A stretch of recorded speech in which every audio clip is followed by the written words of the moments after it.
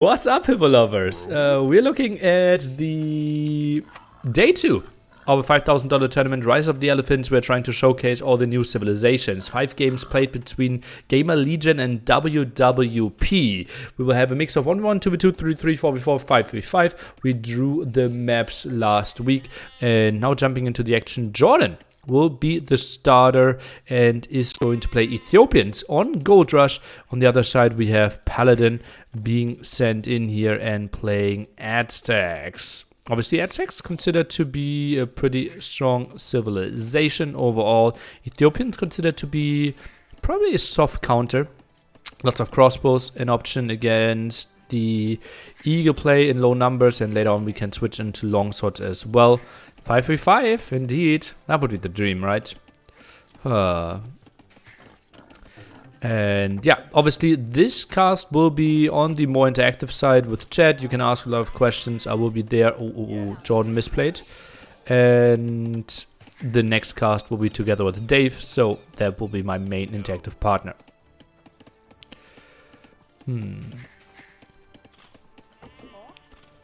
And yeah, 10% punishment is actually pretty standard bird person. I had it in multiple tournaments as the rule, and lots of people got punished before. For example, I think I deducted 30% of Viper's 3k once. So I only got 2.1k for, I think, DM World Cup 3 win.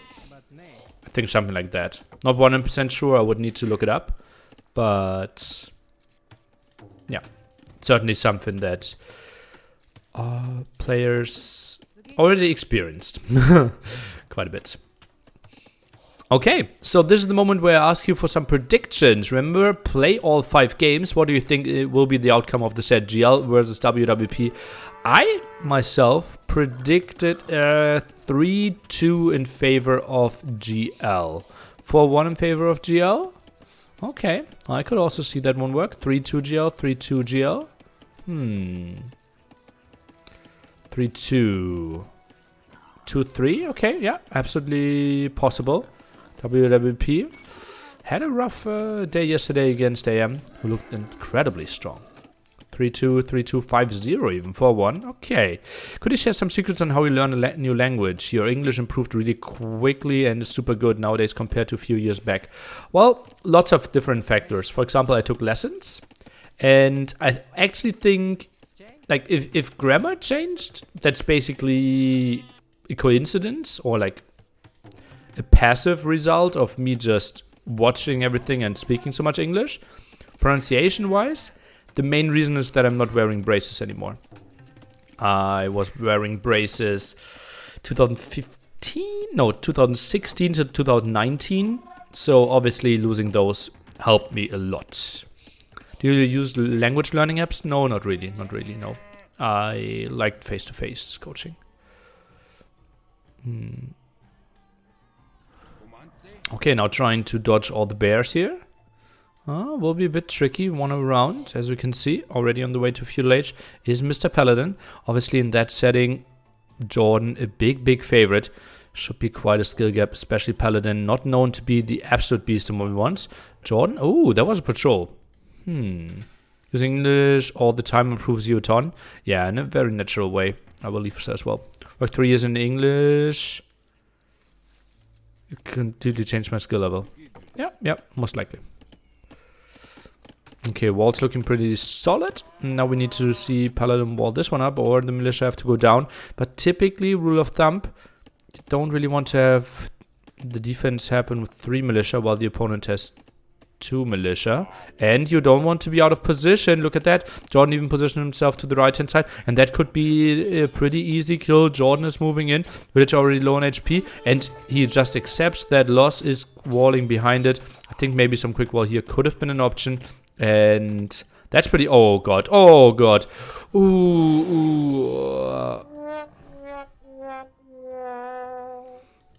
Ay.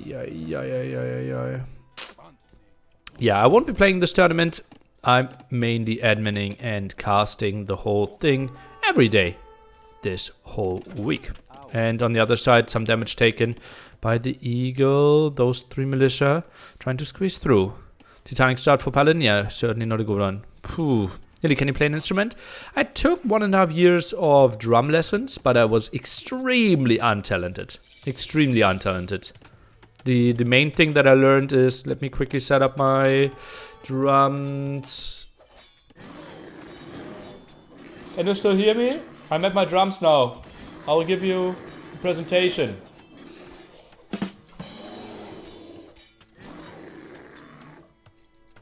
Okay, I'm back at it now.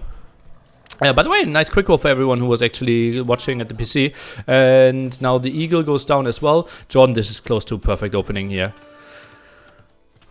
And yeah, no, but in reality, I actually really took 1.5 years of drum lessons, but I was really untalented. Plus, I had a horrible teacher. It was not very enjoyable.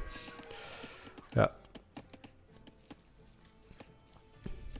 I didn't pay attention, neither did I. The thing is, like, how do you even wall this? I think you can wall here, or do you just wait for one archer? Well, it's 1 HP, 1 HP, 25 HP.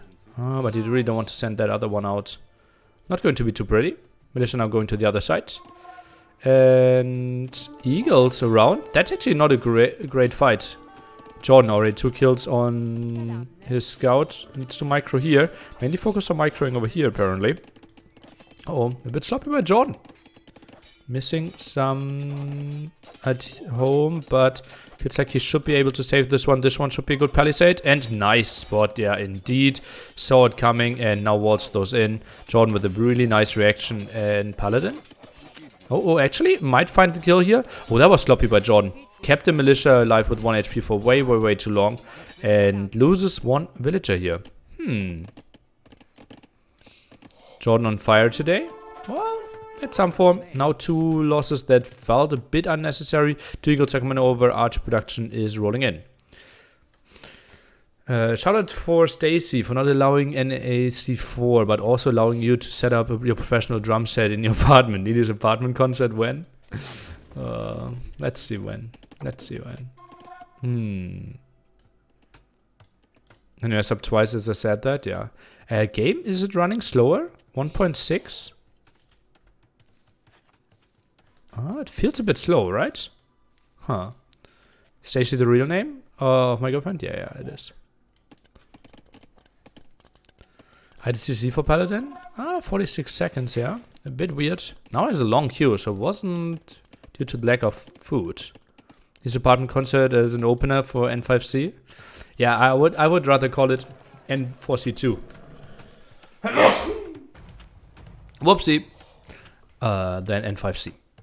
Do you know Stacy's mom? Yeah, I met her. Hot.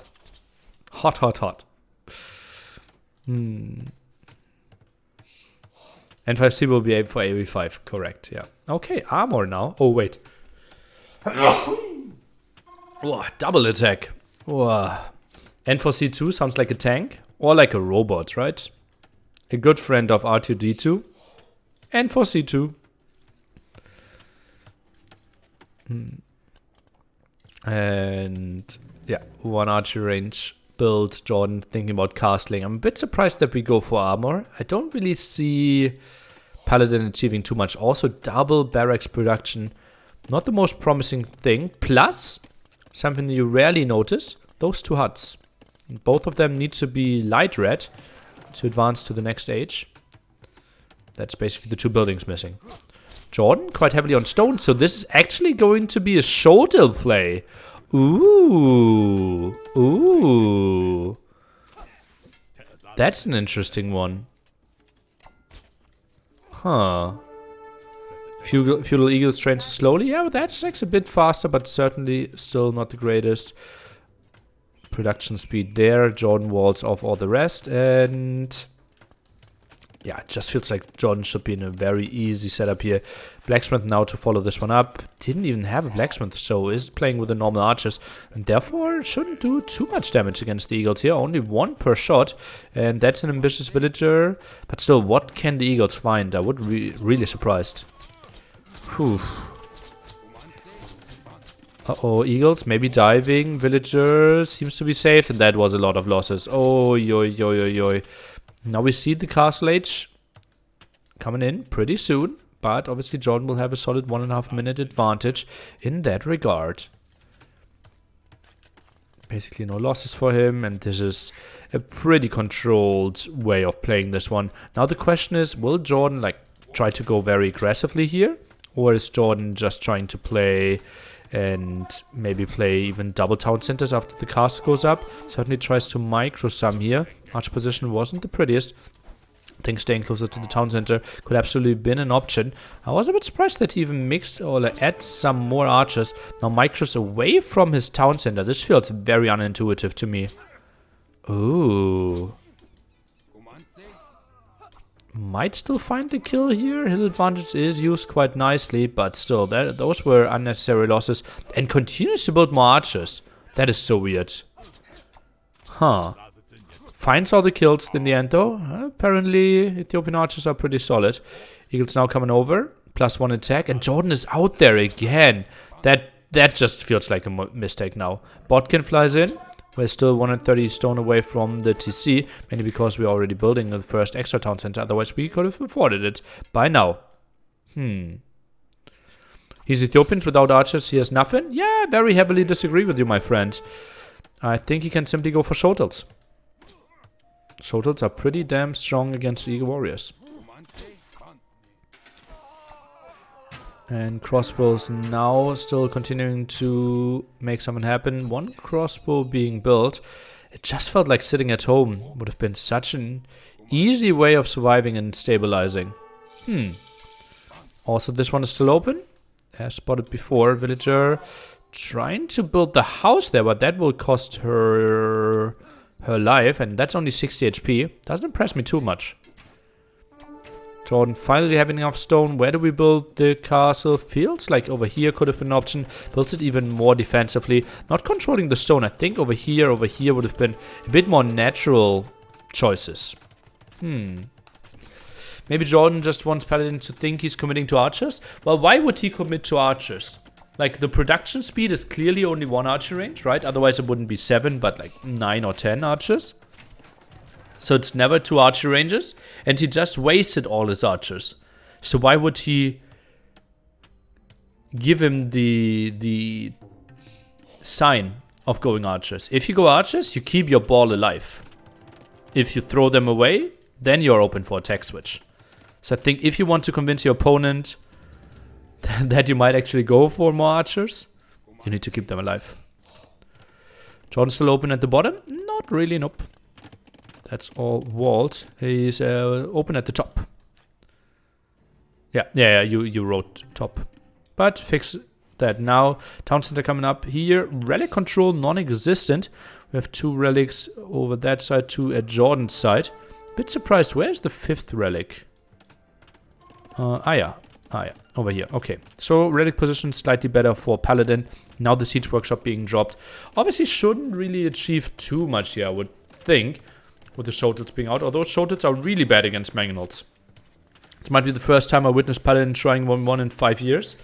I think I had a horrible show match, but might be longer than 5 years ago. Wasn't it like Baguettes versus Paladin? And Baguettes just absolutely ruffle stomped him. Except one game where he walled in his king.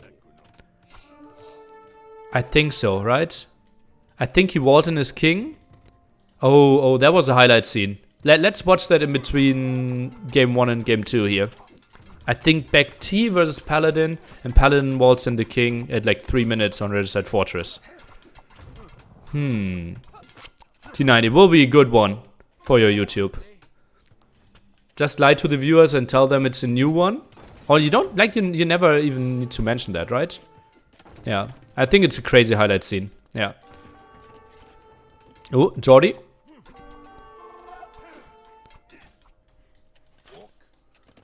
Palm played in the Red Bull 1 qualifiers, also Hidden Cup 3 qualifier. Okay. Well, successful career like I do, and 1v1s. Oh, nice kills here. Obviously, Shotel's just wrecking those eagles. Can easily heal up in the castle now as well. But some eagle raids are coming in. 6 raids are lead for Jordan, but losing some. A bit on the sloppy side, I would think. But Shotels, as we saw before, Absolutely wrecking. I think some healing could have been an option. Also sniped the Mangonel. And as we can see on the minimap, it's 2 TC against 2 TC. And also on the overlay here. And that one cast is going to be pretty sweet. Also, we see Paladin not on stone. So you might think Shotels could be countered by Jaguar Warriors. Not happening. At least not a plan transition. Monastery now at the front. But converting a Shotel Warrior doesn't excite me too much. So Paladin the Chinese Nili, just that Nili is known for success for King Snipe, but Paladin isn't. Well, Paladin did it, but actually Paladin said, I don't want to win like that, and actually let the game be replayed, and then lost. What do you think about MBL's, Hera's, and some other players' opinion that the 2-minute delay on their stream during this tourney shouldn't be obligatory because it's their risk to stream snipe, and if they don't want it, they should be forced to do it? That's okay for their opinion. Not going to happen in any of my tournaments that are having a relevant prize pool. And not going to happen in any Microsoft sponsored tournaments. Yeah, like it's... Yeah, I don't want to get into that situation that at some point there's a scandal like, oh boy, biggest teams like were stream cheating for so long. I've seen people do it. We have known like relevant people in the scene that did it, and I think it's a very, very bad look. And their look, like their intention there is like, oh, my stream on that very day, and that's how far they think. And my picture is like growing a good-looking esports scene over years to come. So I think having a stream delay is just such a crucial thing.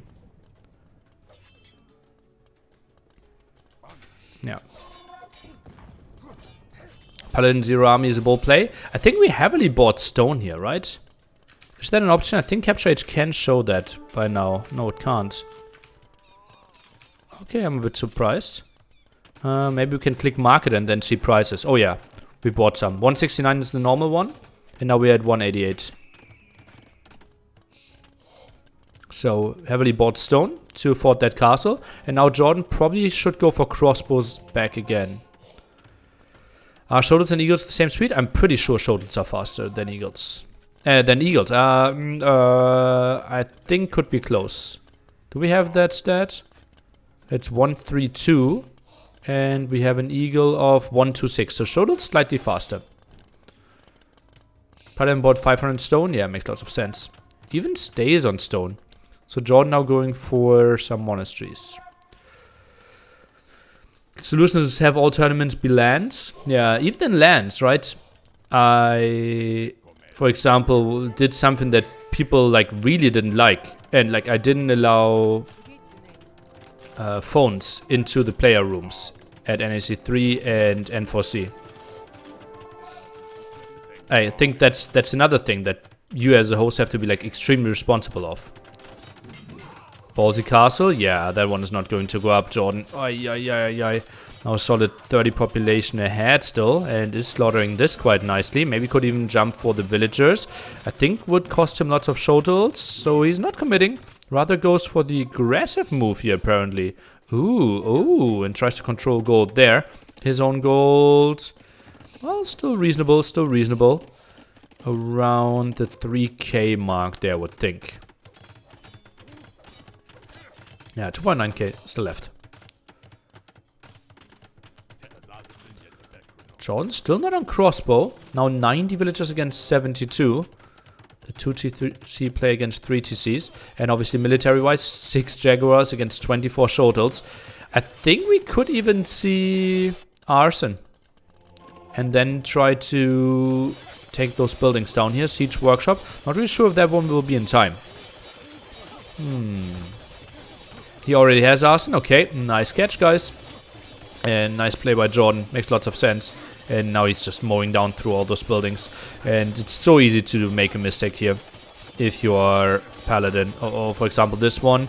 could be pretty dicey, and indeed totals are in. That would not have happened if it wasn't for arson, and that's a lot of dead villagers. And even if you get those walls up, I think the next layer is going to be pretty tricky. Builds only with one villager. This one, Jordan is focusing the right one, I believe. Magno's shot is coming in. Jordan, oh, it was open at the bottom all along, and now the shotels are in. More shotels at the top, and as I said, it's so easy to not be perfect in this one. And that's, for example, one of the big strengths of Suomi, right? A room stock somehow has 4 layers of stone wall here and sets himself up to go for full jaguars, but Paladin and other non-Finnish players suddenly 40 villagers behind and will lose more villagers, and this is just such a bad look for them. 50 population behind. Jordan on the way to Imperial Age. That was some nice aggression. And Paladin, maybe Stonewalls could have been something. On the other side, well, still some damage done, but Castle's obviously helping out quite nicely. We have a Ram here to do some clear up. Okay. Okay. Mangonel will be fine for the defense. And yeah, as we mentioned earlier, Shotel's not that great. 45 HP only. Mangonel does 40 damage. This could be Imp GG. Yeah, I wouldn't be surprised, right? We have 18 on food, 20 food in the bank.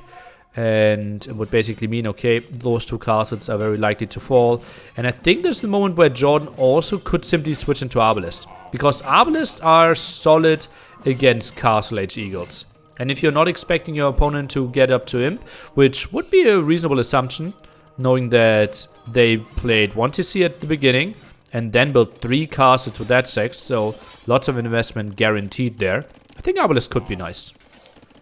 Play a 1 and 2 since I'm 15 or 16. Now I'm 35 and still suck. Yeah, welcome to the club. Storyline of a lot of people here. Oh, Magno shot here. Jordan dodged. And that... Oh, Jordan dodged again! Oh, nice one. Paladin not as observant here. Could have maybe got some more HP on that house there at the top. And nice snipe. Jordan gets in, gets the damage, and gets away. 35 seconds to go to reach Imperial Age.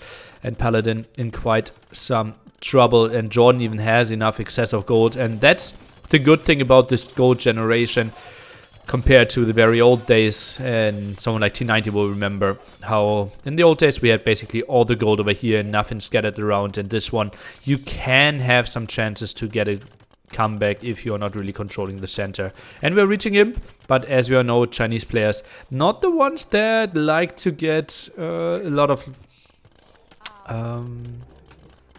losses early on without giving it their all. And WWP, out of all the teams that already played, with the fewest points, 1 victory only, and therefore will be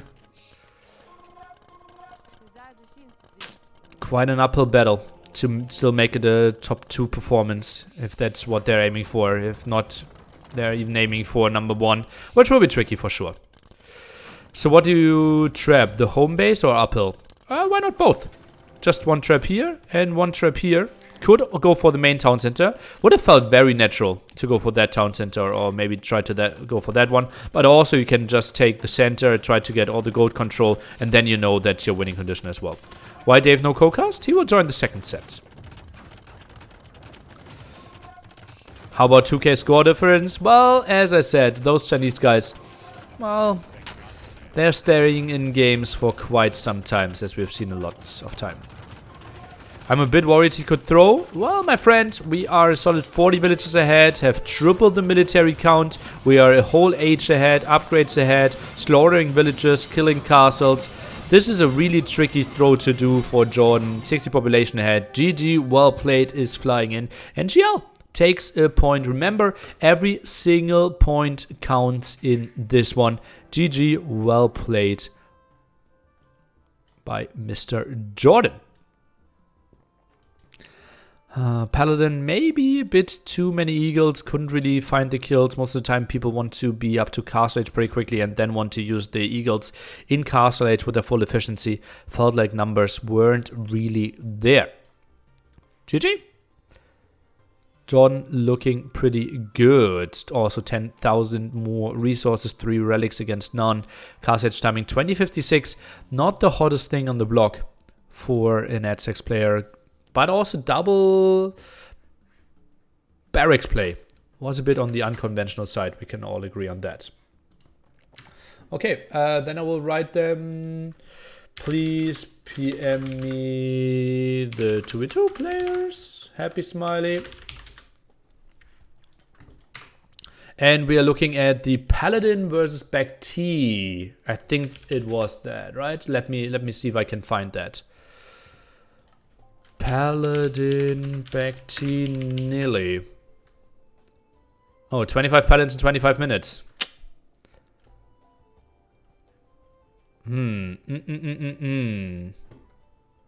Was it not Paladin versus Bacti?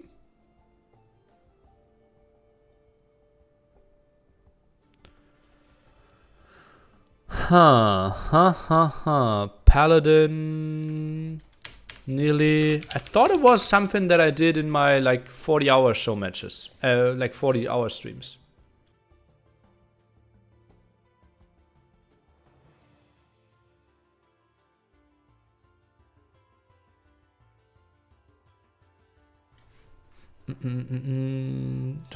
Show match.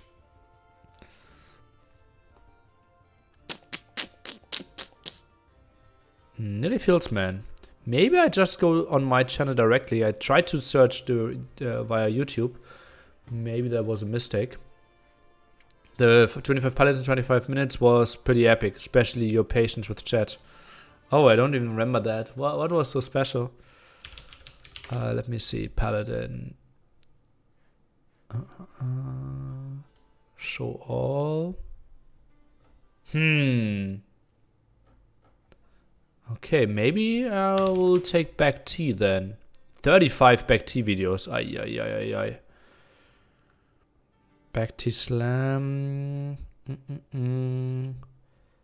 MBL back T, Viper back T, back T fire, back T wind, back T land, Gladiators of Arena. It was? Oh, it was SY Paladin. And how does the search algorithm not allow SY Paladin? I don't get it.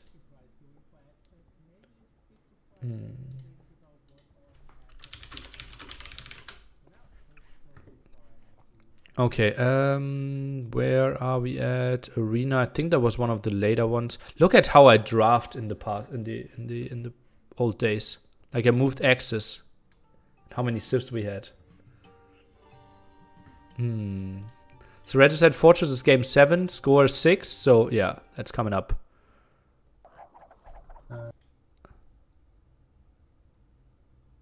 We might die to arrows one day. Ah, yeah. Area.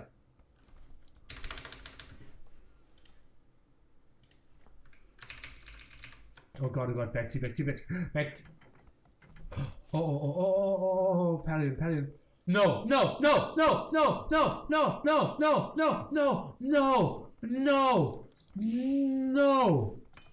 Quality casting. No. You are freaking kidding me. How did he screw that up? Oh, you even see my braces. Back T is GG. He cannot get that king out of that area. The wall is tight here. Are you freaking... That he can't be for real.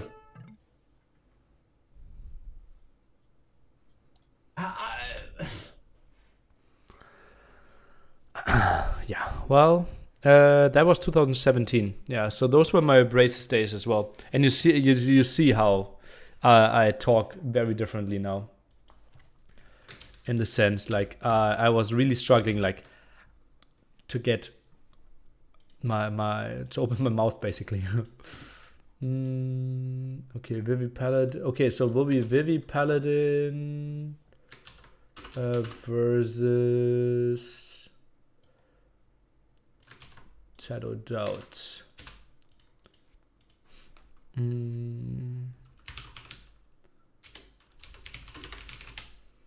Okay, I will force Tattoo to host. 40 hour stream return when? I think I will never do 40 hour stream. I either do 48 hours or 24. You had braces quite late, didn't you? Yeah, very late. Basically when end of 2016, I think I got them. So I was 28. Yeah. Oh, braces when I was 25 years old. Embarrassing times, but well worth it. Yeah, I'm so happy. I'm so happy that I did it. Obviously, it was really expensive, but still, I think really changed my life to the positive. How much better do you think the top pros are now than 5 years ago, if you can even evaluate such a thing? Pretty much impossible, obviously, right? There's so much more money. Like Hera Leary pushed it so much. Yeah, I think it grew heavily. I think it grew more in the last 5 years than the 10 years before. Although Wars Coming heavily pushed it as well. Let's say the last 5 years pushed it more than between 2012 and 2002. Yeah. I moved, yep.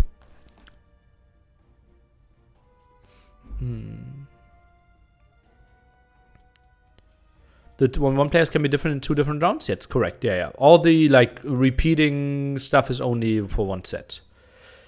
Is the new attack move better than stop micro for archers? I don't know. I've never used the attack move. Do you miss the old AOC UI? Nope. No, Nimino. He remembers. It's the rise. It's called Rise of the Elephants for a reason, right? And Nimino was rising, and he is. Putting his elephant rain out there. Oh, a different one. Okay.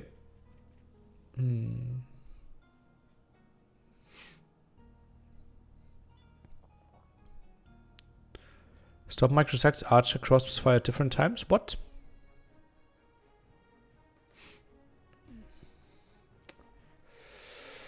Okay, let me see what the status is.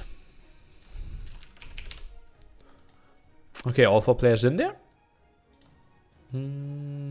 Paladin, Vivi, Doubt, Tato. What are good civs for Lowland? I wouldn't even know.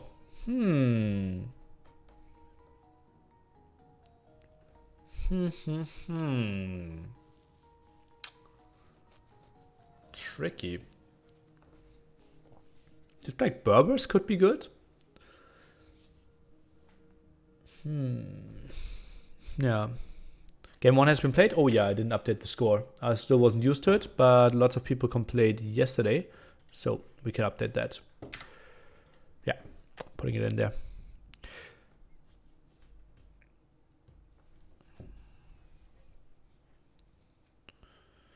I feel like Tato Doubt is a 2v2 pair we don't see much. Yeah, true. It used to be something in the past when there was like Jordan Viper, but not for a long phase. Yeah. And there was a lot of Tato, Viper, and Doubt Slam. Tato play together all the time on their YouTube slot.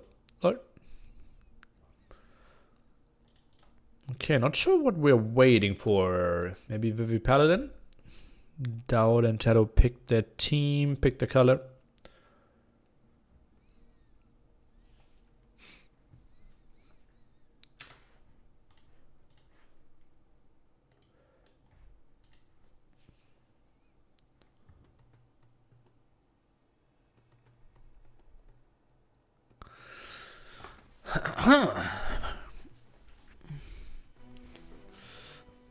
What does round robin mean? Everyone plays everyone.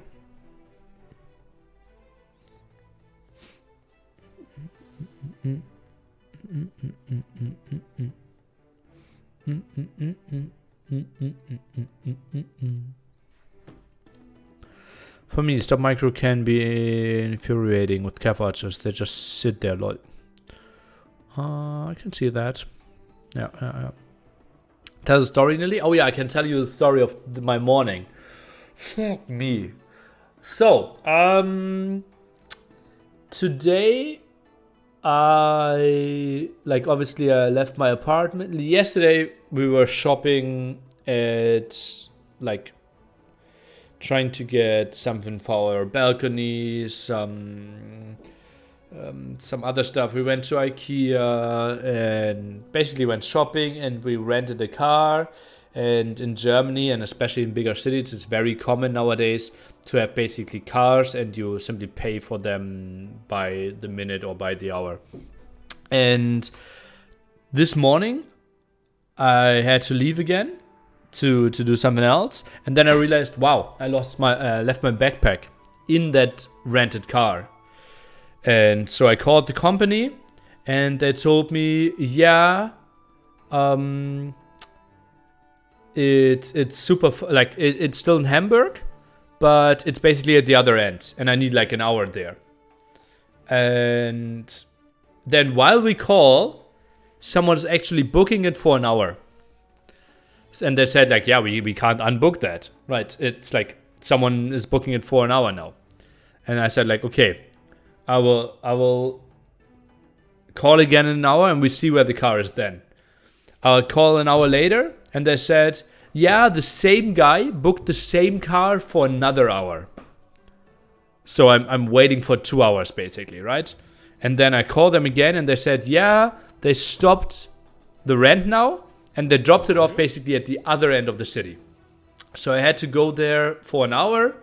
Luckily, backpack was still in the back of the car, and I drove back. But basically it was like a mixture of 4 hours of waiting and basically driving public transportation to get my backpack back.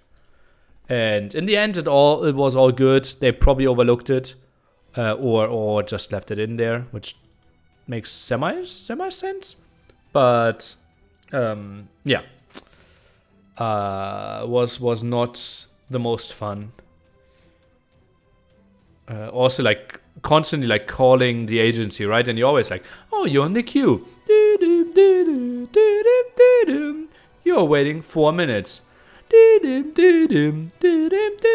Thanks for staying patient. Your queue time is 6 minutes. Thanks for staying patient. Your queue time is 2 minutes. Thanks for staying patient. Your queue time is 8 minutes. And like you can't take that at some point. And then it's like they tell me, yeah, it's booked again for another hour. Call again in 1 hour. Oh, fuck me. Yeah. Game started? It doesn't, my friend. I'm looking at it right now. But thanks for telling me. Or where are you watching it?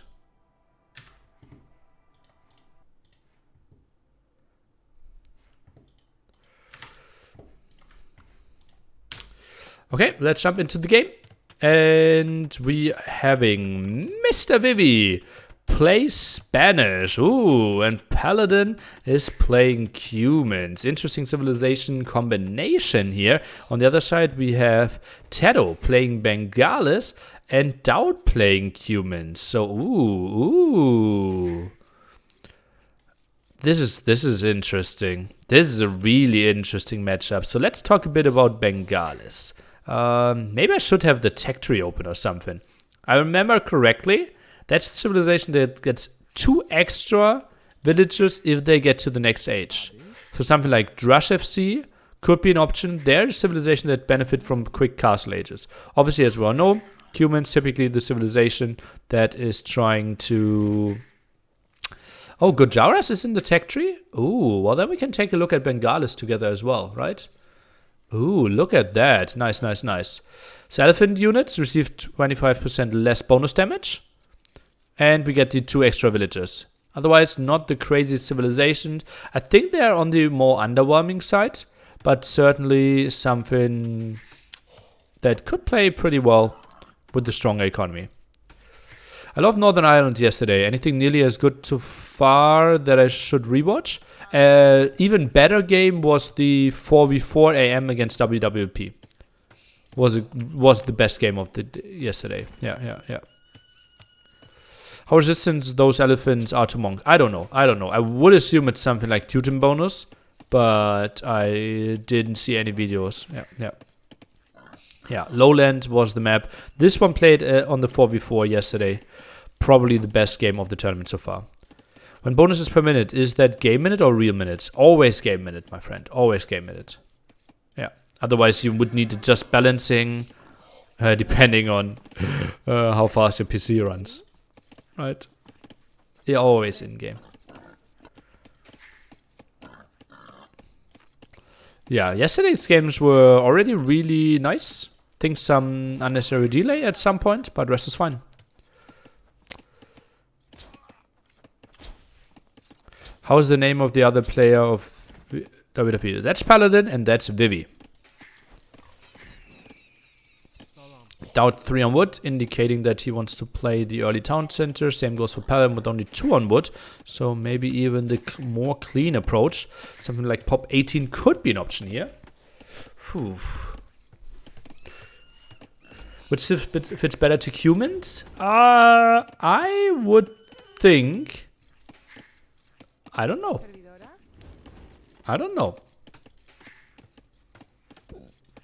I think if we just played super meta here and played full archer scout, I think Spanish Cumans would have died. While I could see Bengalis Cumans defending a bit easier. But what do I know? Maybe Lowland is just so passive and ooh. Paladin, what are we doing here? Oh no. Oh, this was quite some work for one single war push here. And now 12 villagers on deer. This is not a clean build, my friend. But, well, at least the walls are coming in there as well. And feels like Paladin will be able to get a property see up. Something like here, something I couldn't see. And we still have to figure out what Vivi's plan will be. Obviously, Conquistador is something he will be aiming for. And also the big question mark is, what is Tedo aiming for? Already got a farm. And that's a really late second boar. At 19 vills. That's interesting. Okay, up on the way to Fuel Age are the 2 human players. After getting Loom here, missed it out. And he could have a TC spot here that I could see. For now, not walling at all, but also not really expecting any early aggression from the Spanish player, so I can see that Dowd wants to play this one more on the greedy side.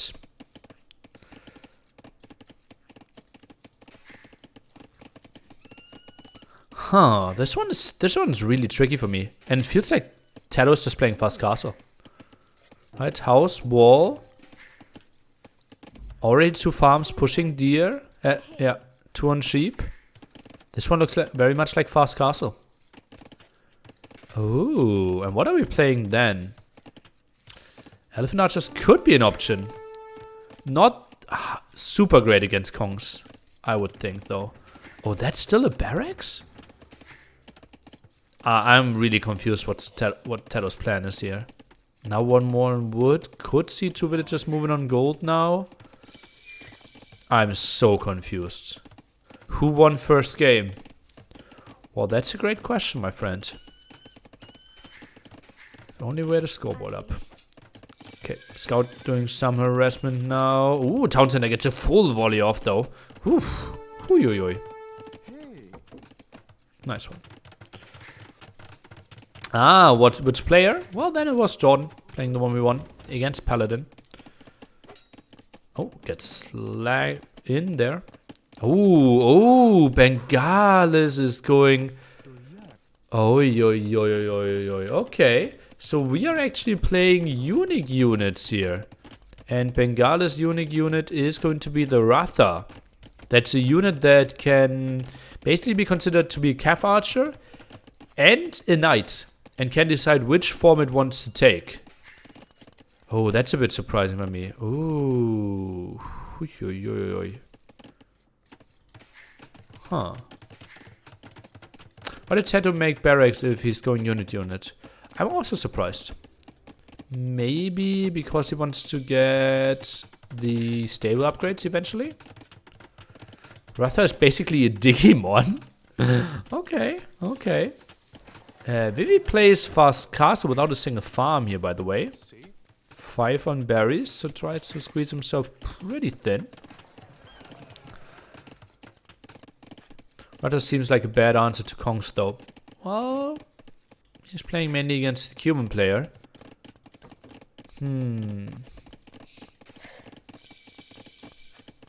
Doubt could be dealing with that on the other side. Will be stable blacksmith, yeah. So will be for the upgrades. I'm a bit surprised that they think the Ratha is the good option here. And this is an incredibly passive play for the fact that no one is walled, really. Like most walled players, Paladin.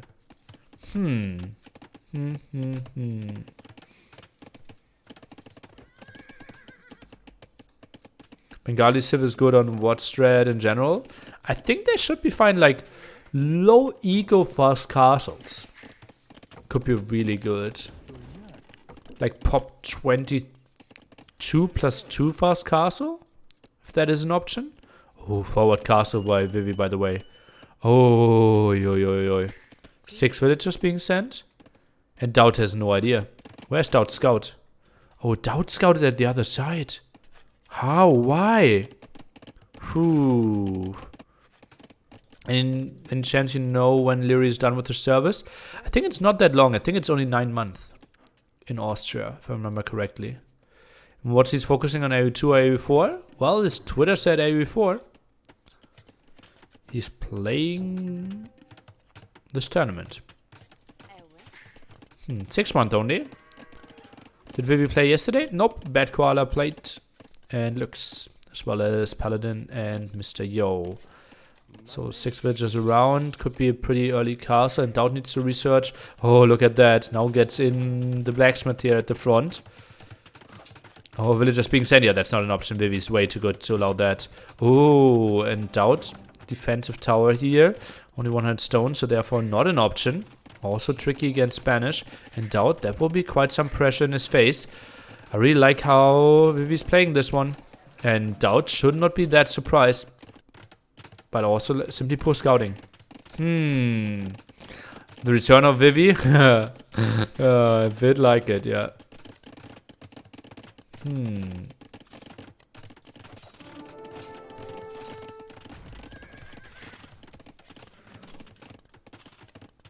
Okay, walls now going up for Doubt. Town center likely to fall. At some point, Doubt sits at 500 food, 200 gold. Wood count not looking that pretty. Now first Kongs could come out. Doubt, ooh, how is he rewalling this one? Will get at least 1 loss here. And yeah, this one is still only at 50%. Luckily, it's helping out a bit here. But human walls not as crazy as they used to be. And this one will fall eventually. Doubt now heavily using the market, is selling wood. And selling stone even. Okay. That's a bit surprising to me. Kongs flying in. And oh yeah, Doubt in quite some pain now. Whew. Defensive castle here for Tado. And that should be really good for Paladin. How this game is going. Oh, he could maybe dominate this game. Simply because Vivi is doing so much damage early on. Obviously 46 villagers, but 52 on the other side. Doubt still not clicking up simply because he's licking a second building, right? Oh yeah. Oh yeah, that's so troublesome for him. Look at that. Close to 1,000 food, 300 gold. And couldn't really get stuff out. Oh, this is a painful game. Oi, oi, oi, oi, oi. Doubt. Oi, not performing that well here.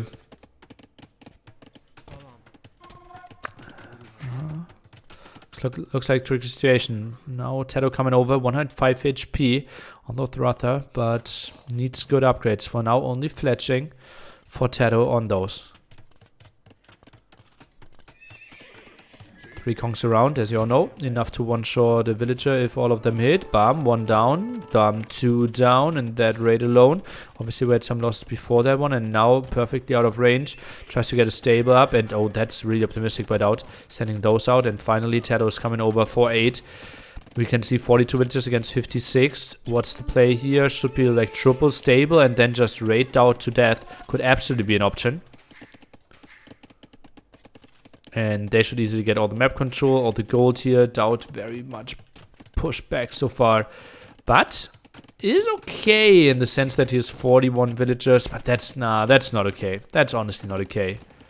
Should Tado have dropped his castle forward? Could have been an option. There was no army out by Paladin either, right? So I don't think a lot of stuff would have, well, prevented that from happening. Conquer Rotha is faster, 1.3 versus 1.43. So Tado with the speed advantage there. Ooh, second castle already. Oh, yo. Doubt only now gets up. And Rotha is trying to chase it down. Let's take a look. Vivi trying to escape this.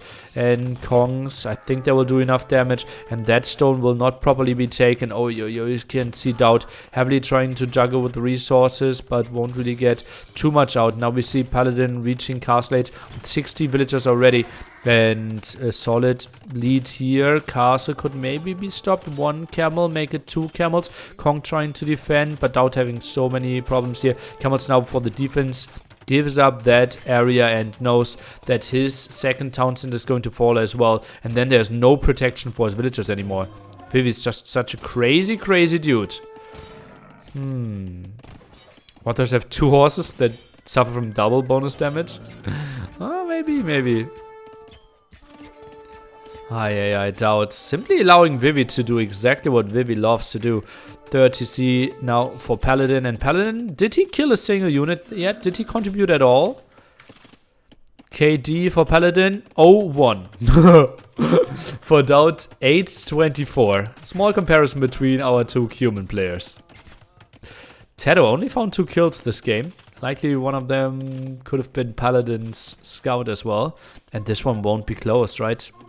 Kongs are continuing to come in here.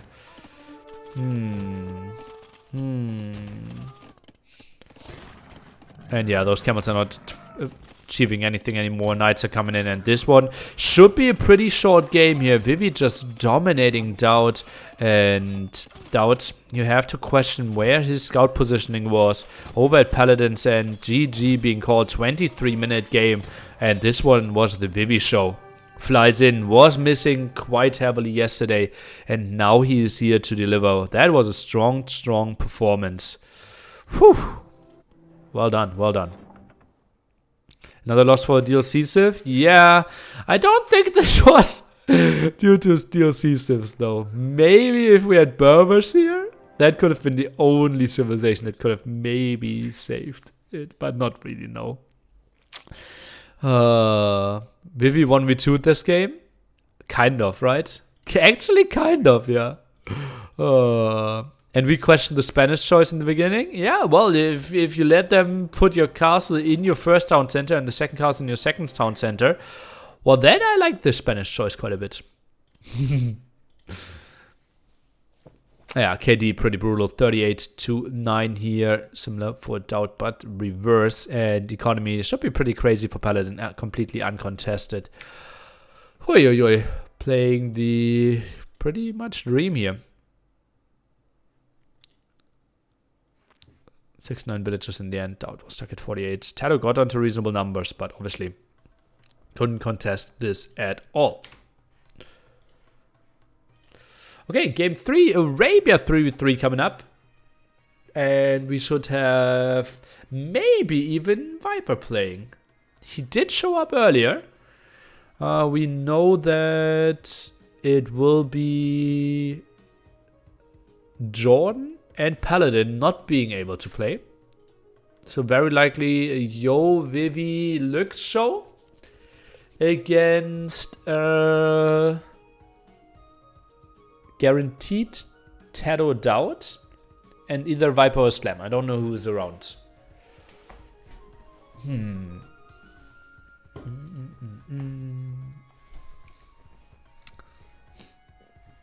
So Tado already hosting. I will join the action, try to communicate if anything is happening. Actually, like I felt I was really unfair towards Ondo yesterday, that I was still so focused on admin stuff while he was talking and basically trying to communicate with me. And I was like, oh yeah, here, yeah, what's happening? And I didn't properly listen. Thanks, Street.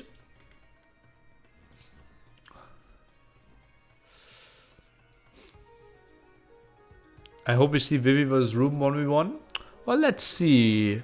Suomi WWP, it's enclosed. I think it's more likely that they send Valas for their 1v1s, to be honest. Dell has really good single players, but they can't transform into team games. Oh, you have to be new here. GL is actually known to be even better in team games than in 1v1s. But maybe that's an outdated thing. Maybe that's an outdated thing.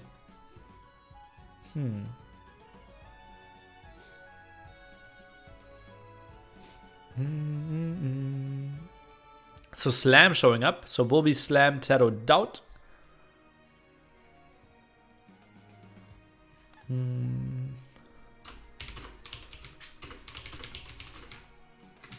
Will Valas appear in the future more often on Team Suomi? I wouldn't be surprised. I would say Vivi better in team game than he is in 1v1. Oh, really? I would disagree with that. Yeah. Yeah, I would heavily disagree.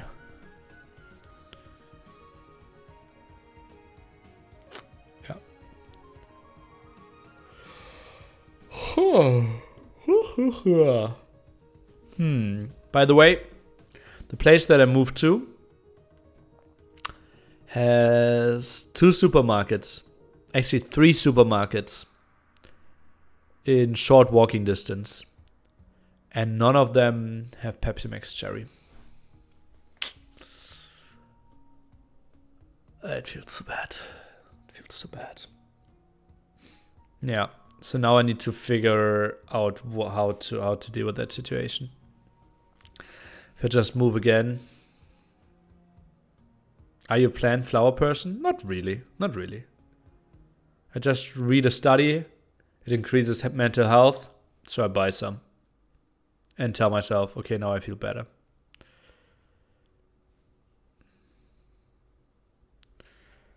Flaschenpost doesn't deliver Pepsi Max Cherry. Which part of the city do you live in? West Hamburg. Order 2 dozen online. Well, 2 doesn't get me through a week. I still live in Hamburg. Yeah. Rewe service. They don't have a Pepsi Max Cherry in there. I tried. The thing is, like, Amazon has it, but it's like a huge packaging. I don't really want to do that. Natural green screen. I like that thought process. Yo, better than Viper? Most people would say no. After Terra Nova duels, I have a bad feeling about Doubt and Slam in a 3v3. Okay. Ask the Ludovs, they have everything. That sounds like a joke that I'm not getting. Gorillas of Link? Nope. Nearly about that Pepsi problem. It's actually possible to ask workers there in the supermarket if they can put it on their stuff, right? Well, unable to join game. What's your verdict on Pepsi Max Mango? We don't have that in Germany. I drank it when I was in Poland. Liked it. Pepsi Max Cherry is so early 90s. It's Jordan, the face of the ad campaign. Michael Jordan. Obviously Michael Jordan. I didn't think of GL Jordan.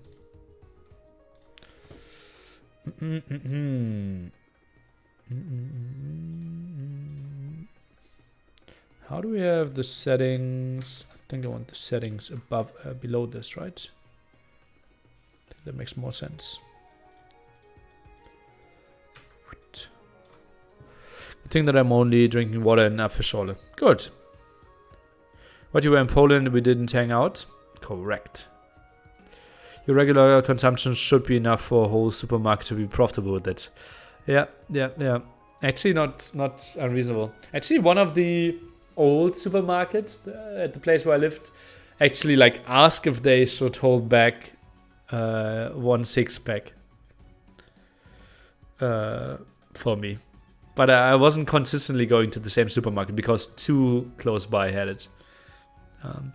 Cannot get sponsored by Pepsi Max? Maybe I should ask them.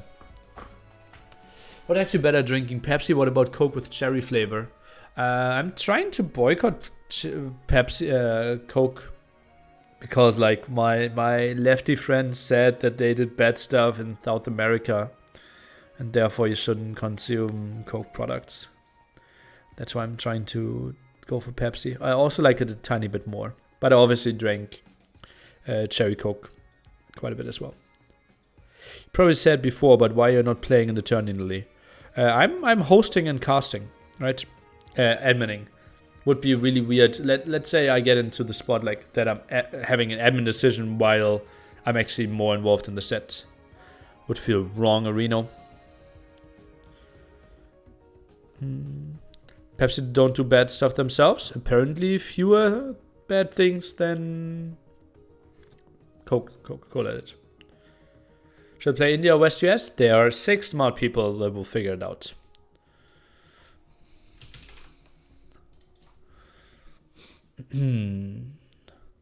Hard subject to discuss? Yeah, obviously lots of people like having some information, spreading them around as the big truth. So I'm going to take for €1 pellet Pepsi Max Cherry because that's what supermarkets order. I will drink one before the due date. Expiry date, not due date. Is there any mega corporation one isn't supposed to boycott? Surely. Microsoft. I was in another city lately and tried to get Club Mate. It was simply impossible. What? Well, I only have been in big cities. That's a weird one.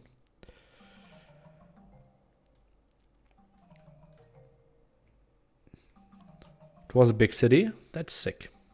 Not a big city under my standards then.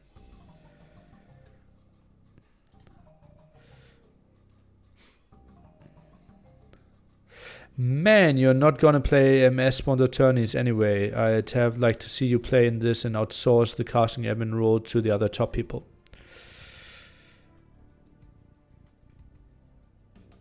Will happen.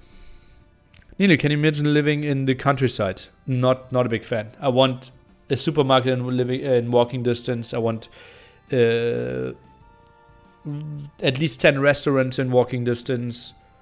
No. I want to live in the city. I would actually like a house in the city. With like really good connection. But, yeah. Do you prefer the taste from a glass bottle? Obvious choice, yeah. Could you see an argument for Karakram throwers getting benefit from ballistics, or do you think they are fine as they are? Don't have enough experience with them. How many minutes walking is walking distance? For supermarkets, 8 and lower. For restaurants, 12 and lower. Neely is of the type of guy who gentrifies a city until he doesn't like it anymore. What's your favorite vegan restaurant? Ooh, I've just been to a vegan restaurant today that I really liked. What's my favorite vegan restaurant?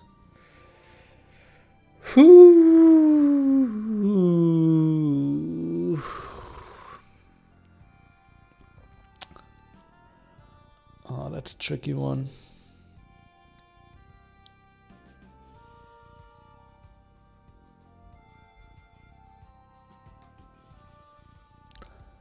Yeah, I only had 2 meals today, and the one I was at today was really nice. It was called Ta, T-A, in Altena. Oh. Say Hans, Burgundians, and Sicilians. For Arabia, we are completely off meta, my friend. So in Arabia, very, very typically, we play 2 archer civilization and 1 horse civilization. Typical archer civilizations are Chinese, Mayans, Britons. Typical horse civilizations are Indian. Ta vegan house? Yeah, that's where I was today. Typical horse civilization are Franks, Huns, Khmer, Indians.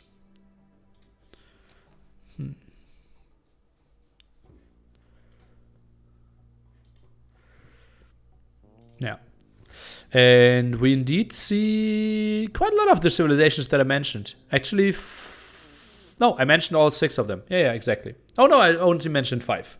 So yeah, typically short distance on the outside, right? That's why we want archer civilizations, and long distance in the pocket positions that we want. That's why we want mobile civilizations, right? And that's why we see the flank positions, Mayans and Britons, with the pocket Hindustanis, which is the old Indians, for Daut.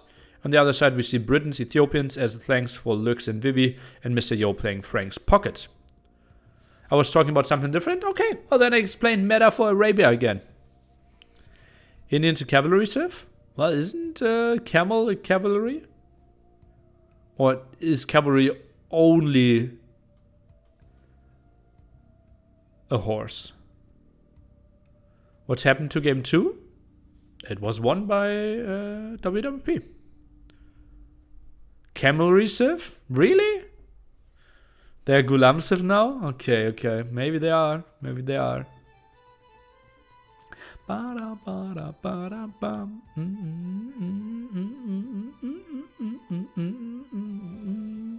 If you ask the game engine, camels aren't cavalry. Okay. Luckily, no one is asking the game engine. Maybe I look them up later. Why don't we see tournaments with blind random maps and random civs? It's unfair. What if I get Vikings, you get Franks, and we play islands? Don't you feel like, damn, Neely has a big civ advantage now?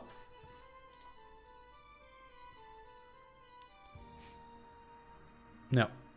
What if we play Regicide Fortress? And you get Spanish, are pretty happy, but I get Berbers. Doesn't sound that fair. Hey Game Engine, are camels camelry? Okay, let's take a look. What are we witnessing? So we're seeing Yoas Franks, we have Lux with Britons, and Ethiopians for Vivi. So no new civilizations clumped them here, except Doubt's pocket. We see Tado, the flank with Mayans.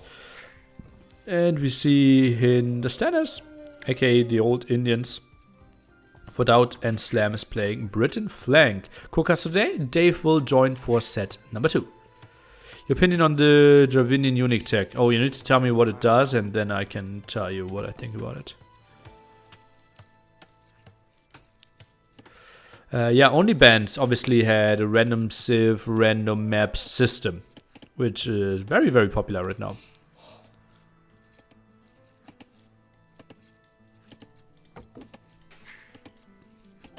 Lots of cliffs here. Didn't know we had that many cliffs on Arabia generation.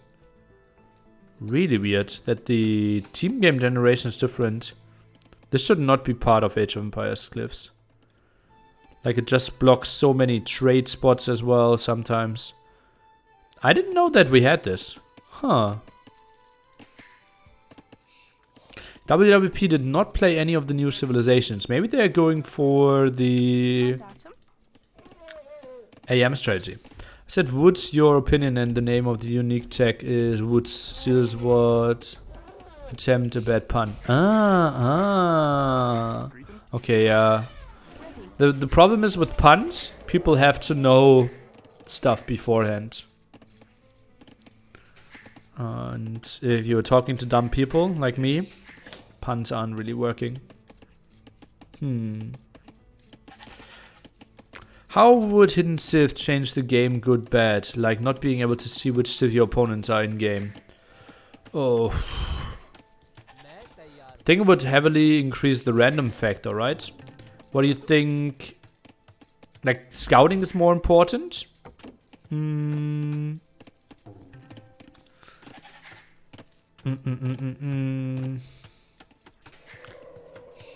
It's simply like, what do you do if like you go like, oh, I go Man-at-Arm Archer and suddenly the opponent shows up with like 5 Man-at-Arms because they are Goth or they are Dravidians, right? You just get somehow so surprised with stuff, I think it's something for a show match, but not for a tournament. Vivi. Ooh, that was not a pretty one. Our new Civ already played in the 1v1? I don't think so. Which is a bit surprising. Baguettes last game? Yeah, Tato played Baguettes last game. Vivi with the will loss? Really? Didn't we just look at it? That's weird. Vivi put the wrong will back. Okay. Not a clean build. GamerLegions are using Nilly gifs on Twitter. I like them. Clever guys. Actually, I think they got a new social media manager. Or is it? It's called CM. Is that content manager or something? Or is this two different people? Well, something changed certainly there. Community manager? Taro killed the Will? What? Vivi lost one? Taro killed one. Oh. Well, then it wasn't the boar.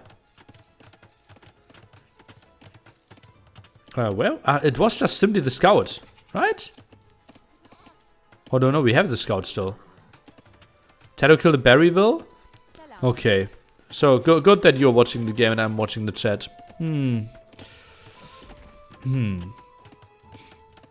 It was on stream? Yeah, I'm a better cameraman than casting.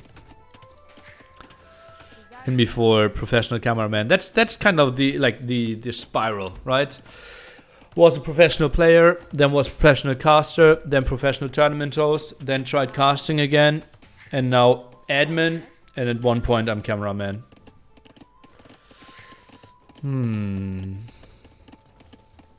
It is the best chat observer. Yeah, maybe. Is everyone on the way to Castle Age except one person here? One blue person is not going up yet. But this is not a fast castle play, right? Need the best vegan restaurant recommender.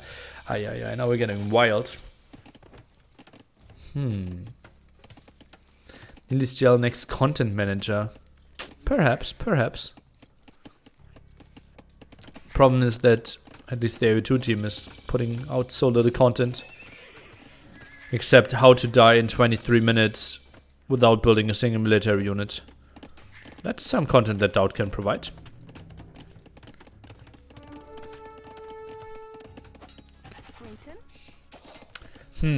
So I think Onlu said it best yesterday when he said the civilizations could be strong, but they're not really fitting into the meta right now. So we're actually seeing them very little on those situations where meta is really figured out already. And people have a very good idea. Who is Slam? Well, an incredibly good Age of Empires player. Playing for GL from Canada. Check him out, one of the nicest people you will ever witness streaming. Top 20 player for the last 7 years, I would think. So pretty crazy that you missed him. Will you open at the bottom? I don't think so, no. Cliffs are tricky though. Ooh, finds the kill here. And Taro shouldn't really overproduce. Should think about farming here as well. Should know that he's not facing a lot of army. And that's a horrible mining camp. Oh god. You can't go through there, right? Oh god. Oh, yo.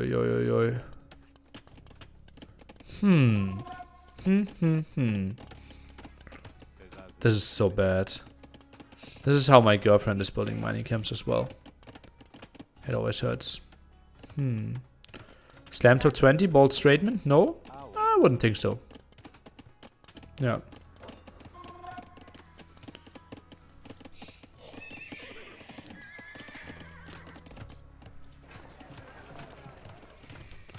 Roasting girlfriend on stream? Well, she played it on stream as well. Your girlfriend plays AO2? Yeah, she played on stream even 2 weeks ago. We made a comeback challenge where she was playing, and once she felt she was dead, I took over. We will do that at some point on English stream as well. German people really liked it. Yeah. Is that on YouTube? I think so, yeah. On my German YouTube. At the moment, Slam is 20 for sure. Oh, he had an underperformance in Resurgence, right? Who did he lose to there? Oh. Ooh, Slam boy. Needs to wall that one off. Okay, nice. And seems to be fine. Archers are coming over though. Oh. Double archery range and Slam now going back. We need to save that villager. 19 HP, 7 HP. Needs to run. Nice save here. Now we need house. And we are fine, I believe. Archers are around.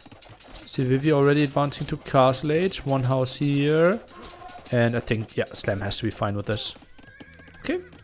Pretty solid defense. Pocket position here. Doubt now has to go on to Stone. And army is still far enough away. Tower will go up. What about Pepsi Cherry Max Syrup? Yeah, that's the option that we actually discussed now.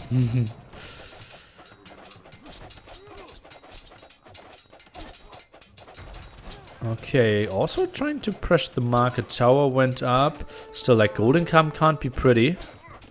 This is such a weird game. And now the angle will be attacked over here at the left-hand side. And Doubt has no defense there. Now tries to go for another layer. Oh, not going to be easy. And Slam actually goes for the attack instead of trying to defend. Oh, that's a tricky choice. Ooh. So no break in here. 800 HP on that stable. Doubt in some problems. Walls here. Needs to wall some more there. Oh, that's going to be ugly. I don't think this will work. This area will be broken here most likely. 400 HP. Not really going for the villager though. Vivi with a nice find. Gets some more HP on it. And Doubt.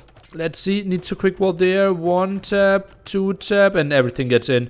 Doubt. He saw this one a mile away. Knew everything. And still the army is getting in. Obviously impossible to hold it on forever. But maybe getting yourself on some way to Castle Age could have been a thing. Walled in time here. HP on the palisade. Ooh. Okay. Doubt with a nice save there for sure.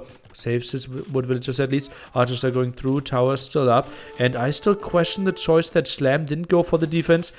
Oh, damn. Really need to rewatch the VODs there and listen to who made that call. While we see more markets and that one could be broken. 90 HP maybe continue against that villager. Vivi with a hold here. Look at that. 1 HP, 5 HP. And is holding with crossbows. Nice survival here. 31 villagers against 38 of Teto though. But Teto still 5 villagers away from getting to the next stage. So Vivi actually only like 1 villager behind. Actually pretty damn solid hold. Nice play by him. And now 1 archer really being annoying. Not much that Doubt can do against this. Let's take a look at Eco KD. That has to be a stat here somewhere, right?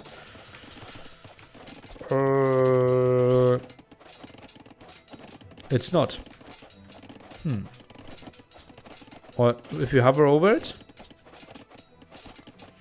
No, not an option. Nearly Fieldsman. Was pretty sure we had that at the stat.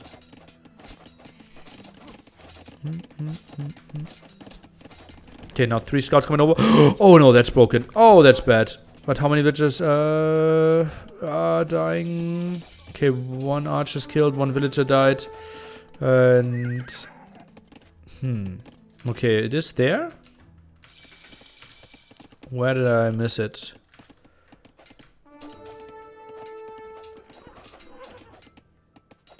It's not here. Scroll through it on the left. Eco KD. Ah, okay. So Doubt 4 losses so far. Slam killed 3, Teto killed 2. So Vivi only lost 2. Pretty sweet stuff. Okay. So we learned something for this game and for the future. Now triple stable production here. What? Mr. Yo. Okay, he goes wild. And the question is, will Slam get his army home? Will Slam survive?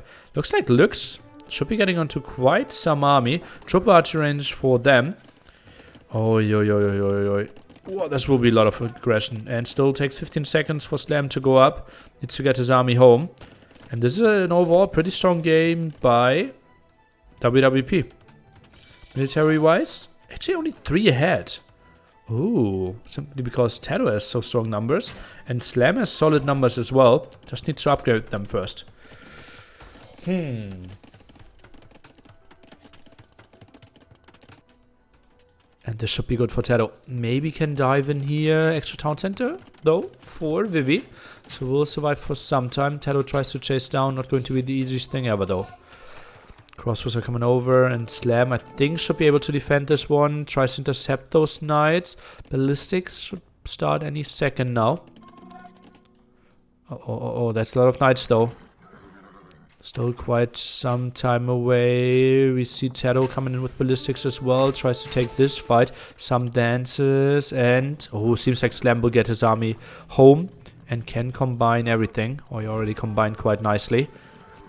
Still leading the top and will get safety to his gold. Nice defense. Nice defense by Slam. Maneuvered quite nicely here. Doubt around as well. Mr. Yo playing 2 TC for now. Doubt only 1 TC play. Simply because he had to build the early tower. Struggling quite a bit. Slam holding with that hill. Surviving for now. Now the aggression against Mr. Yo, who's losing some villagers. Down on 69 stone. Is trying to get someone, some stone, I would think. Has one on the outside there, and the other one there. So we'll take quite some time for him to really get the proper boom rolling.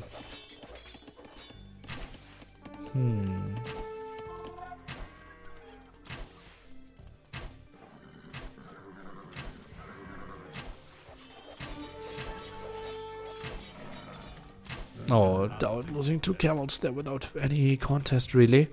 Crossbows around.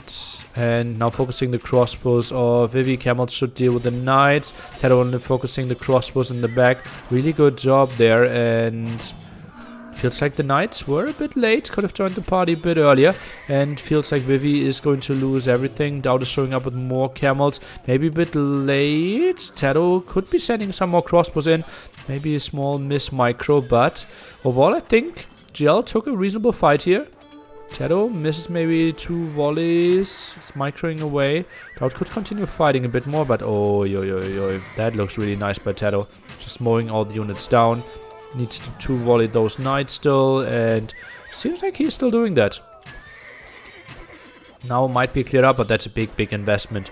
Meanwhile, we see Slam also continuing to go for some aggression. Some aggression here against Doubt, who is struggling quite a bit with that tower. But Taro has to be happy with how he decimated those knight numbers. Only 2 knights now on the field. And look at that. Slam, pretty crazy crossbow ball. And should just be running over Lux. Although Lux has reasonable numbers as well. Loses quite a bit here, though. Oi.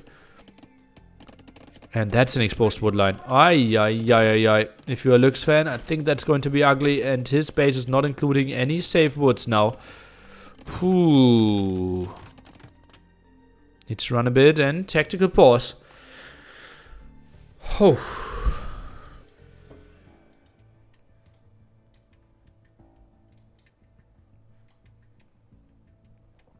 Time to chill a bit. Time to set everything up for the big attack here in Castle Age military-wise. Actually, way more for GL after so many crossbows got cleared up. Villager-wise, WWP quite some advantage. 61 against 51. Yeah. Everyone looks pretty reasonable. Biggest gap, obviously, with Mr. Yo compared to Doubt plus 15. Yes. Can you show us the KD? We can give you an idea for sure. Yo even. Taro plus 12. Slam plus 11. Doubt slightly behind. And that will increase for Slam. Looks pretty good here. Should find some more kills. Oh, couldn't finish that one. What happens when one pocket is ahead and the other team's flanks are ahead? Well, depends on how far ahead, what units do they have, what way of being ahead. Eco, military? What units are you going for? What civilizations are they playing? What are the camping mechanics? Where is the army positioned? This is a very complex game. And giving you an answer there would be like simply lying to you. Because there's would be a greater or like an incredible amount of exceptions to whatever I would say. There's an argument for Doubt adding Light Cav now instead of Camels, since Yo has lost most of his Knight numbers. I think so, yeah. Also remember, you don't have the extra Pierce armor anymore, so they're actually really underperforming against crossbows. Slam tries to go out. Knights around, and we see... Oof. This crossbow's trying to micro away. You could make an argument for micro against the crossbows, but decimating Knight numbers, absolutely an option as well. And armies are traded off, and Slam still with solid numbers here. Now ignores the Knights apparently. I'm a bit surprised by that. Low HP Knights could have finished those off. Maybe doesn't want to face the massive ball of Lux later on. I heard Tato drinks a liter of full-fat chocolate milk before every game. Yeah, you heard incorrectly. Okay, next engagement here. Next to the town center, Lux dives in a bit too deep. Slight hill advantage by Slam there in the back and forces those away. 17 against 18. Lux, oh, that's not a fight he's going to win. Okay, now finally Doubt is adding extra town centers. 48 villages. Now town center number 3 will be pretty damn late though. Has to continue attacking Mr. Yo after Doubt had so many losses.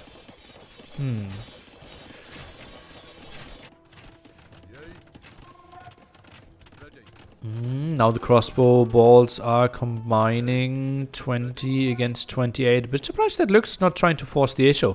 Obviously Tato now on the way to him. Obviously had the really uncontested early play against Vivi, who struggled quite a bit, and Tato simply playing a beautiful game after this. Forced a lot of reaction. Crossbows now coming over, and that should be some kills. But Slam getting the last armor now in, and should be taking quite some reasonable fights. Tato is trying to chase this one down. Remember, Camel's not that great. Doubt is now splitting some off, trying to deal with the Knights. Those Camels actually shouldn't charge. I'm a bit surprised that Doubt... It feels like Doubt doesn't know that Camels aren't that great against those archers anymore. Feels like it.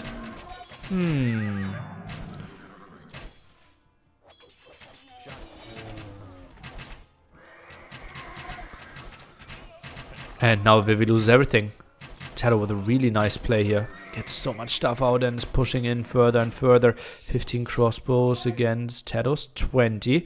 Probably now goes back to get back onto his proper numbers. Still some around here. Those are destined to die, but that's something that Tato will accept. Now some dance here. Numbers are 34 to 26. And Slam goes in. There's some still to take some shots. Tries to dodge some okayish micro. But it seems like Slam simply had so much better numbers that micro wasn't the most important thing. And Slam now in full control on this side. Down to 7 crossbows is Mr. Lux. And if those are dying, it will be even more dire for him. And that's basically impossible to really come back. It's so snowbally now. He needs help from his teammate. And Yo doesn't really get enough room to breathe. Yeah, as you can see, Yo wants to help, wants to go over there, but Tato and Doubt are already there. Upgrades are coming in, and then Tato should dominate everything. This is really looking really good for GL to take the 2-1 lead here. Remember, all 5 games played. That Siege Workshop is optimistic. Yeah, pulled it a bit further back. Makes a bit more sense probably. And Lux, where did he expand towards the wood? It's mainly here, nothing else. Ooh, still tricky position. And now Tato can even deal with this. Sadly, it's not the old Mayans, otherwise the TC would already be gone if we had all the upgrades. And now crosses are coming over, but that's obviously not great help.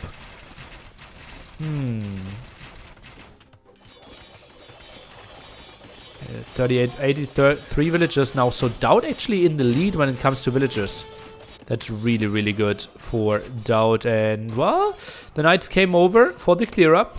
That's what we said. But it cost Mr. Yo a town center and control of his gold at the front.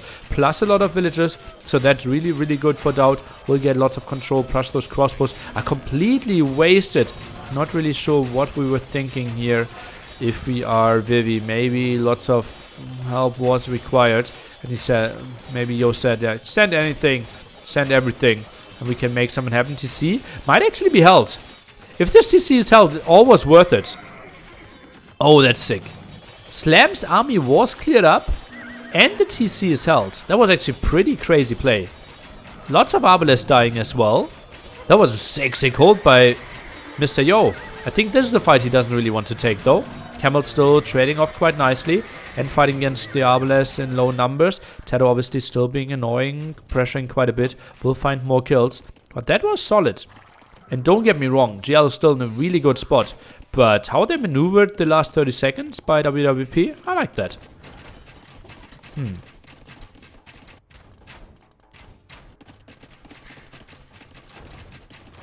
GL is even more ahead in army. Yeah, but Yo saved 20 villagers that I already saw dying. So, and that is something that Yo needed for allowing themselves into somehow a comeback. By the way, Tedo already stonewalling and goes for fortified walls. Feeling like he wants to play the really long game here, apparently. Magnol's being killed, crossbows need to micro back. Slam maybe overextending a bit after not knowing where the knights would be out on the map, but at least can give the information. Knights are here, you can continue with all your aggression. Doubt takes his time on the way to Imperial Age now, and now only sending the camels over. Slam really should focus on the crossbows exclusively instead of trying to fight the knights. Villager-wise, plus 50 now for GL. Military-wise, also plus 50. Yeah, GL also with so much map control. Now more army going into that very vulnerable gold spot here. Tedo finding the good angles. Will find more kills here as well. This one is really nicely played by GL. Doubt he took a lot of damage, but his two flanks really got lots and lots of stuff done here. Cross was being cleared out at the front or at the top. Slam still not imping. That's a bit of a surprise to me. And yeah, that's going to be more villagers. And look at how Tedo's splitting those. Just keeps some there for the raid. Handcart being researched here at the front. And now Arbalest trying to go in. And we didn't see anything from Vivi for quite some time. Now crossbows and skirms are being sent over here. Trying to clear this one up. But numbers on the Arbalest are just looking so strong here during this whole fight. And oh, that's a pretty late horse color timing here. Looks a bit of a slip up. Now the aggressive castle and Slam. We're expecting him to go up to him pretty damn soon. Whew, Yo still in a world of pain. 1 minute away from reaching Imperial Age, while his other pocket, his opposing pocket, is already up on the way to getting his Imperial Age upgrades. Tedo on beast mode. Yeah, feels like it. Really strong performance here.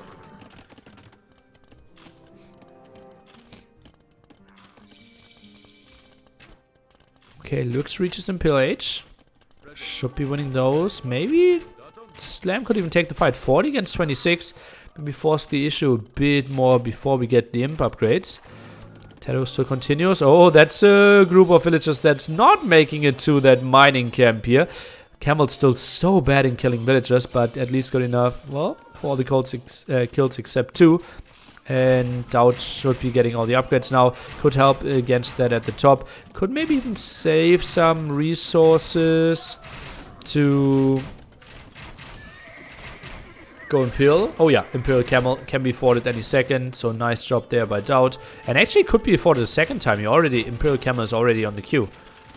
So not really getting the resource on the map there. Could have had a longer queue. Only 2 camels in the queue. A bit surprising. But that castle, or the town center, is going to fall now, population-wise, plus 120 now for GL. Still solid control here. Yeah, Arbalest will intercept a bit, and Slam might have some small problems, but the center push is just looking so strong. Tedo and Doubt going for it quite nicely. And we already hear the typing, we already hear the GG in the back, and GL taking the 2-1 lead here. GG, congrats, strong performance, obviously pretty meta play. Vivi with a horrible opening, couldn't really contribute as much as Tedo could. And then there was some nice double. Doubt got some punishment, but Tedo simply too strong of a position, and then could basically dominate the game on his own. 10k score, highest on WWP side at 6k.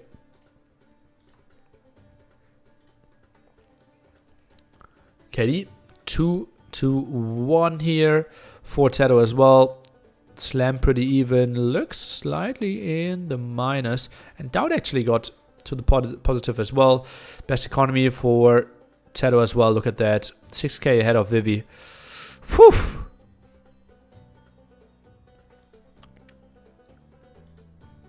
Pretty nice game. And now we go into... I think it's guaranteed that we have to see new civilizations and more new civilizations now. On Northern Isles, 4v4. Yeah. Like 2 water civilizations, basically guaranteed there. Healing of your ships is so good. And also having the crazy ones for the long game. Do you personally prefer Tedo's decision or safe castles or Slam's decision for forward castle? During loose conditions was pressing harder for win. Ooh.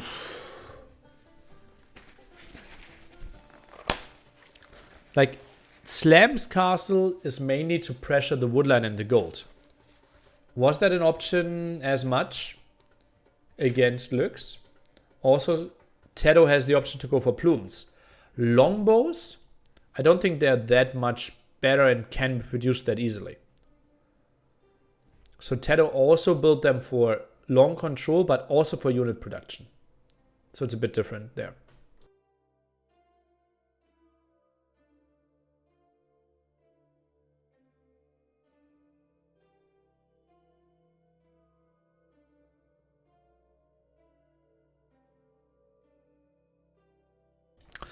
So does your dad give up the nearly boss account in favor of your girlfriend? Ooh, I like that question.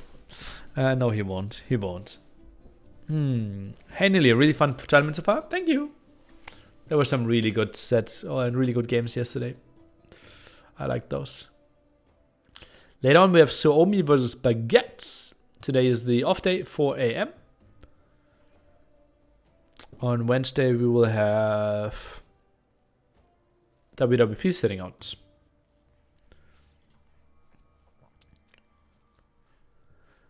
Music feels a bit too low now.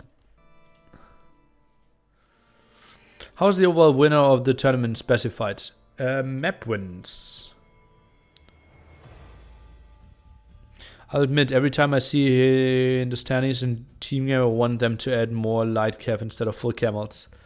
Well, light cav are still like not having the punch, right? Not performing against knights that well.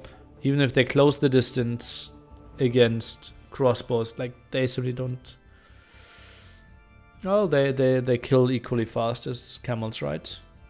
So yeah, the only difference is performing against knights.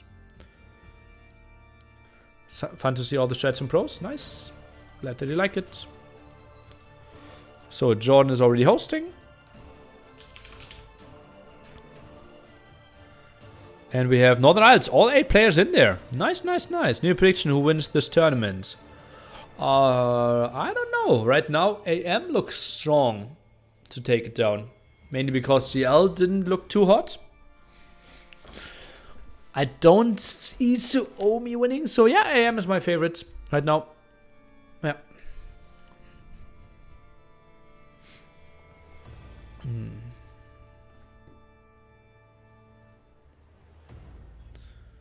AM is looking really strong.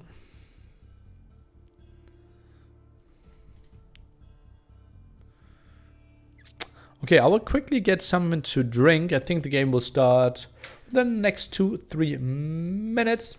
Be right back. You can already post some questions that I can answer once I'm back. Scoreboard. Yep. Scoreboard GL2. We haven't seen Baguettes play, right? That's correct. They will have their first showing later.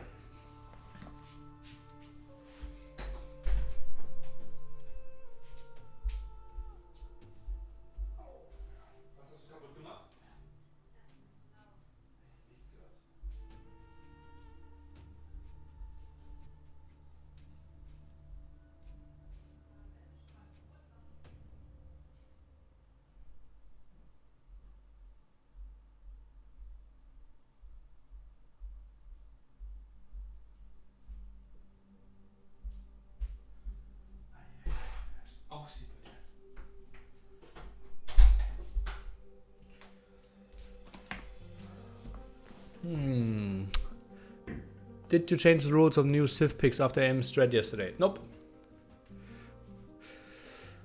No Cocas with Dave today. Later, next set. Won't have to favor GL on a full water map, right? Especially for 4 where I don't feel like bad colors on the same level as the others. I think there will be a lot of landing. I wouldn't be surprised if we have like 2 players water, 2 players landing. And then it gets pretty messy. What's your opinion on destroying an opponent farm? What's your opinion on destroying an opponent's house? What? It's the same as destroying someone's house. What's the problem? It's absolutely within the game. It feels very weird to ask. Huh.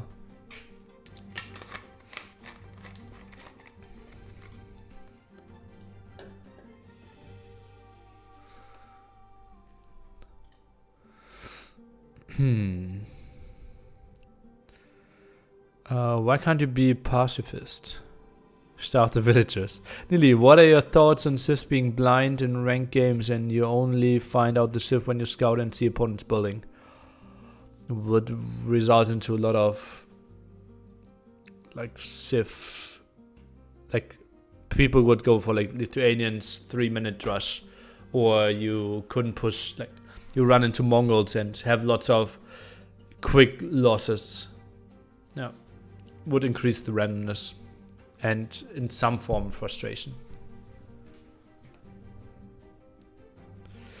There's an idea, a tournament where players are required to do the TOS pacifist rule and don't kill enemy units. Okay, I won't play. Okay, seems like they're still not in the game, but everyone picked their colors. Obviously you can pick who's flank and who's pocket. So Jordan and Tedo will be the flanks, while we see Slam and Doubt being the pockets. On the other side, Lux and Vivi will be the flanks, and Paladin and Yo the pocket players.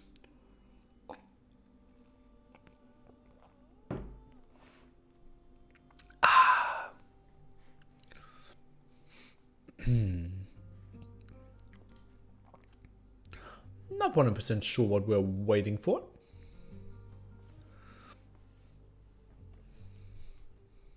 When is Viper planning on joining? Very unlikely that he joins this tournament. He should focus on Golden League. Final 8 players left in the $125,000 AV4 tournament. Compared to a 4v4, 5v5 team game tournament with 5k prize pool. I think he has way more power over the outcome of the other tournaments than in this one. 90 seconds to go, and we see Dravidians, Bengali, Hindustans, Dravidians, Gojaras for Vivi even. Okay. What is the longest break Viper had from AU2? I don't know. Not a long one. He basically played pretty consistently since he started playing. Would be surprised if there's more than 2 months that he stopped playing. I think he even like when he had his hand problems, he played with the left hand, right? Do you think taking a break from the game could do more good or bad? Depends on what your situation is. Why are you taking a break? Okay, game crashed and they're rehosting. Why did they choose West India server? Probably to have an as equal ping as possible for all 8 players combined.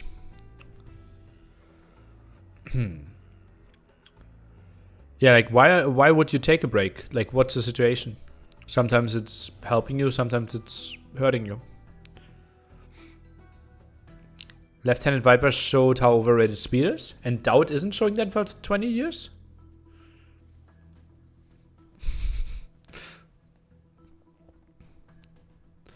Doesn't he still have some hand problems, or is that all completely healed up? Not fully healed up, but not interfering with this gameplay.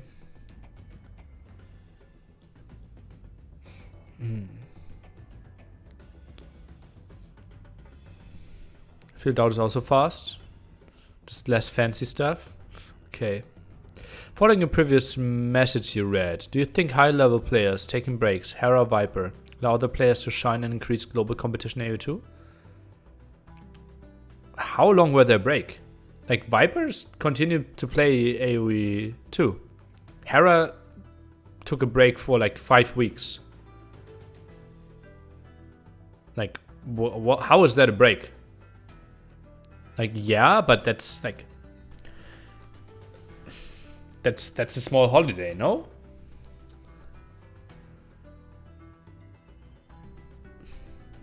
Yeah. But he lost to the Gao. Okay, I didn't see the games. What happened in those games? How important was that tournament? And Viper lost to the Gao before in tournaments as well.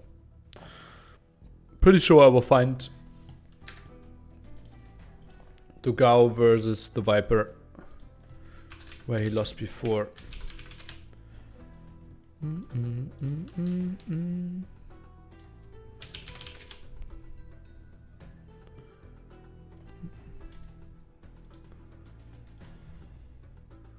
And drum roll. 2 losses. Viper obviously had a good run after that. He lost Battle of Angkor 2016. He lost the best of 1 against Dogao, but then won the rematch.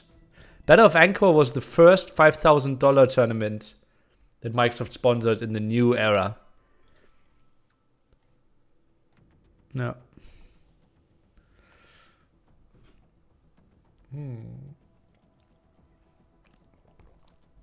Do you run Wikipedia? Everyone runs Wikipedia. It's a community project. And if you're part of the community, you can help out as well.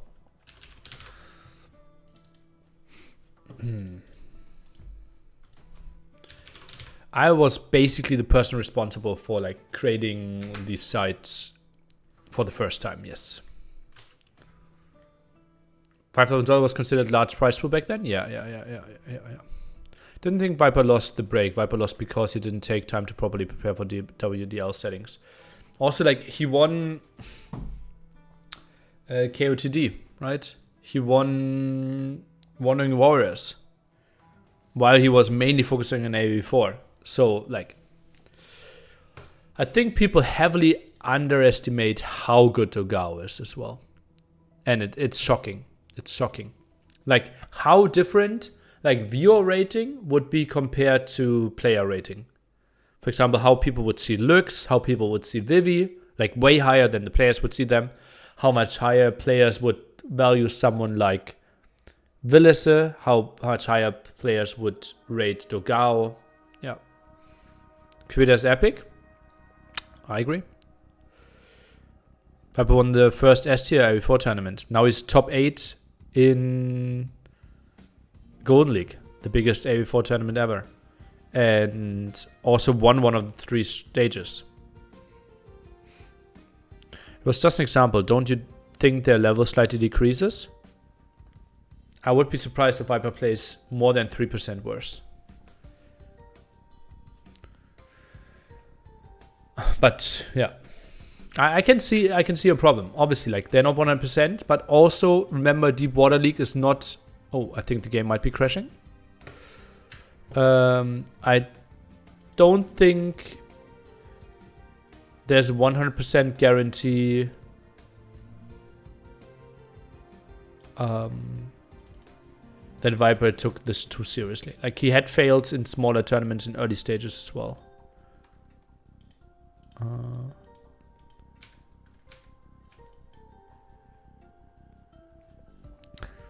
Dogao strikes me as a top 5 on his day and as low as top 50 when it's really not. Thing like Hidden Cup 4. Hidden Cup 4, he just got clapped 3-0, right? And Hidden Cup 3, he beat MBL or something and had the semi-final performance. Then lost to Viper, something like that.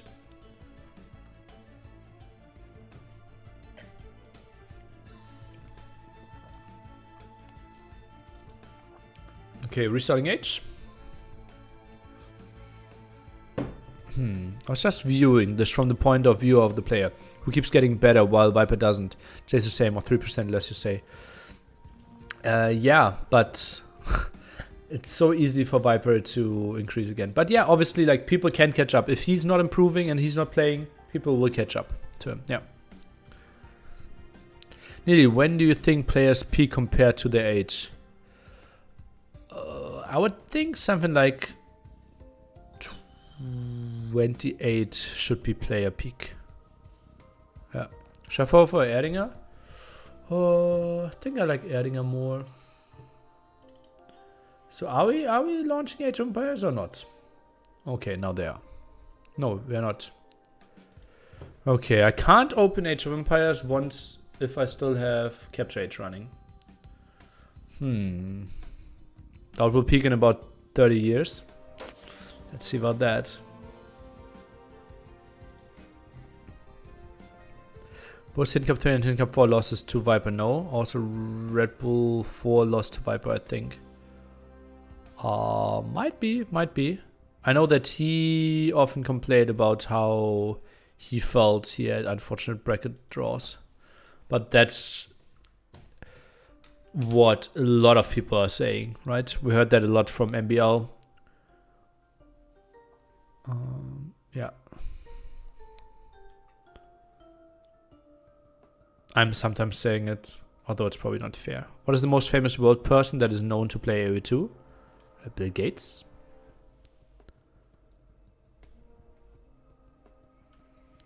Lugao lost to Leary and ACCM in Red Bull 4.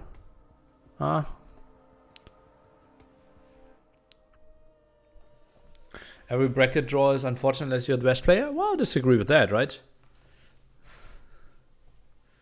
Because you have to play against people that are better than you?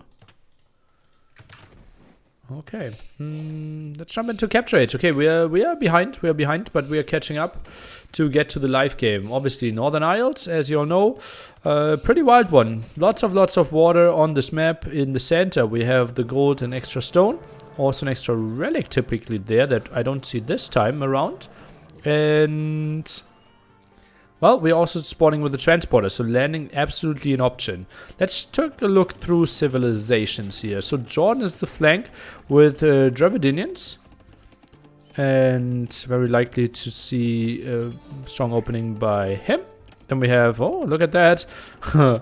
Gojaras, Vivi already pushing Jordan away, who wanted to get some vision. The pocket of Jordan is Slamboy with the Vikings. Then Dowd is playing Portuguese pocket here. Oh, interesting to see that. And we see 3 back dogs from the GL boys. Jordan with the side dog. Tato is playing Italian flank. On the other side, we have the Hindustanis for Lux, which is a bit of a surprise to me. Don't really see them being too hot here. And then we have Bengalis for Mr. Yo. Paladin is playing Dravidians. And we have Mr. Vivi with Gojaras. Vivi stole some Jordan sheep with the transporter? Really? It's 8 here? Oh, he did. Oh. Oi, oi, oi, oi, oi. That's sick. Okay. So, more food production here for Vivi. That's a sweet one. That's a sweet one. Jordan got a bit punished there. Ay, ay, ay. So interesting that he's sending 2 sheep back instead of into the mill. There, that has to be a landing then. But also quite some early dog out. They're playing all Indian civs to the same map. Does that mean they don't need to pick them anymore? That is absolutely correct. So 2v2 will be a free choice again. That was the choice that AM went for yesterday as well. And today WWP is going for it. I thought about changing it in the rules and like maybe forcing them to pick them on different ones. But honestly, if you just think, okay, I don't like them and I just will take them as throwaways, well, then that's the case. Then I simply want to reward people that are trying to figure them out, and this is potentially a throwaway map for some of them, which is okay. In fact, Civilized is heavily in GL favor. I agree, yeah. Italians are crazy, as we know. Portuguese are crazy. And Vikings are absolutely crazy as well. So, right now, GL seems to be in favor. But obviously, landing's a very likely scenario. We see Tedo going for a landing here. We also see Lux going for a landing. Vivi obviously going for a landing. Jordan already outposting himself. Builds the defensive archer range. Knows what's up. Yeah. And Vivi not even going for the landing against Jordan. Goes for Slam, who already is prepared. Really nice job. Yesterday, Slam's early preparation with the walls really, really paid off. And seems like he wants to get ahead that way again. 4 times double bit now for WWP. GL with the later timings. Obviously defensive dogs here. And Hindustanis going with a stable opening. Barracks already out for Tetito. And we see archer range and stable. But this is a really good base for Yo to defend. Not easy to go through here. Blacksmith could be stopped for now. And bop. Bill goes down. Townsend doesn't even shoot. Landing here by Mr. Yo. Oh god, this is wild. And that's such a weird tower by Doubt. Why do you build that tower? Is the tower from earlier still in his head or something? This is so weird.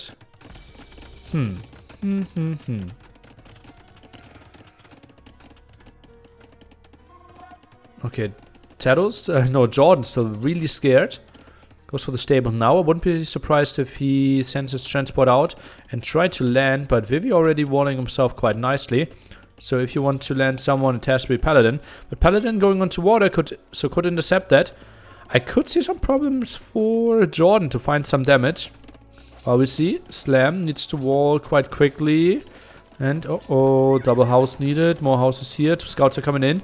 Maybe Slam struggling a bit to finish this one off. Needs another house here. Are we getting this one time? 1 palisade, 2 palisades, and scouts are getting in. Nice job by Vivi, and Slam needs to run for now. Obviously, Wheelbarrow helping out a bit, but that's going to be some losses at least in mining time.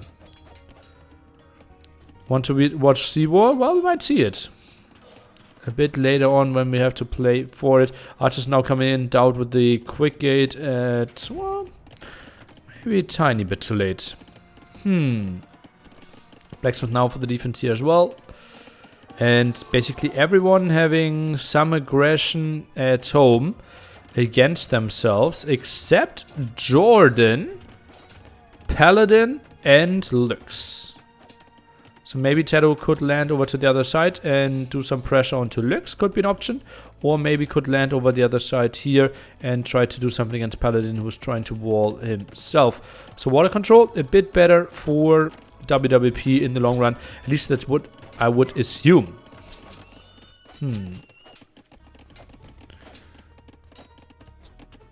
Now Archers around and Slam struggling quite a bit to deal with this. More aggression, and this is such a wild map, holy moly. And we still have Enemy Archipelago in the map pool as well. Those are the 2 water maps we decided on here. Villagers running, allowing that villager to still die, and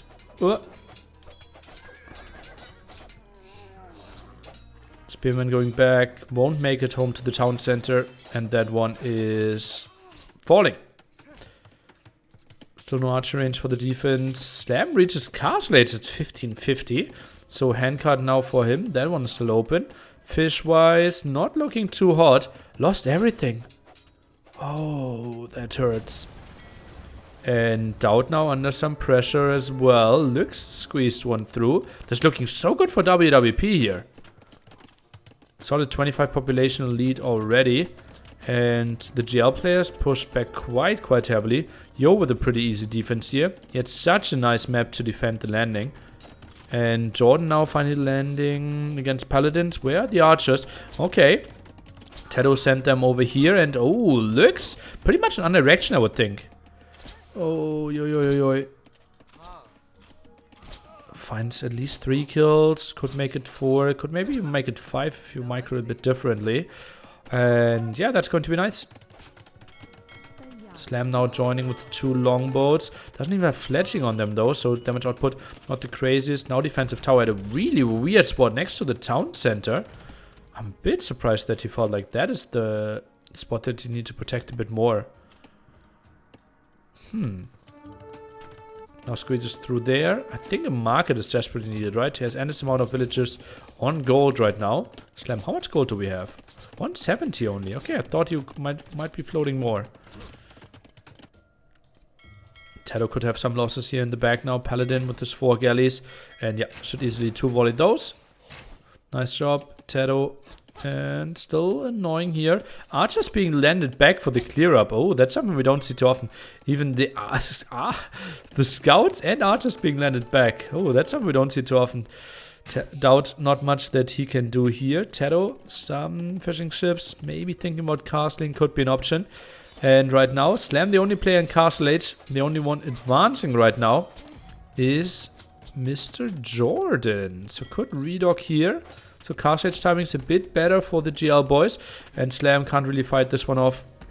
Did we just see that sheep die? Whew. Huh.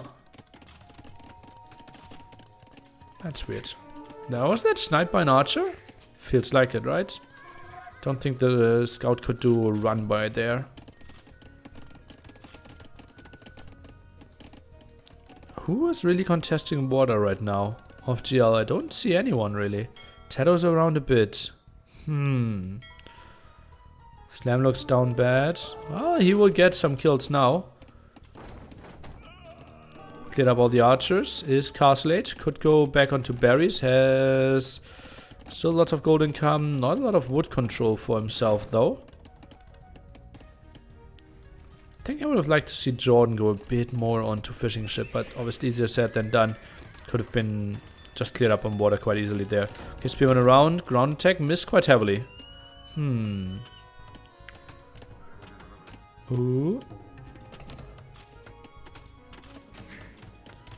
Oh, villagers, yeah, they don't want to really go in there. Oh, Spearman actually bugging out a bit more or finding the wrong path. One villager likely to die here. And yeah, one dead, but cleared up most of the rest. Second town center for Jordan here. Tedo maybe with some new landing. Not really happening. It's a pretty wild game. Tough to overlook all the action. Jordan goes for TC number 3. Obviously knows that he might be the one responsible for controlling the water in the long run. Now takes the water fight. Still Castle Age upgrade kicking in only 25 seconds. So maybe would have liked to see a bit of a different disengage. Tries to over chase here for my liking. And as you can see, all 4 WWP players now on the way to Castle Age. And we see, yeah, everyone of GL as well. So pretty solid job here.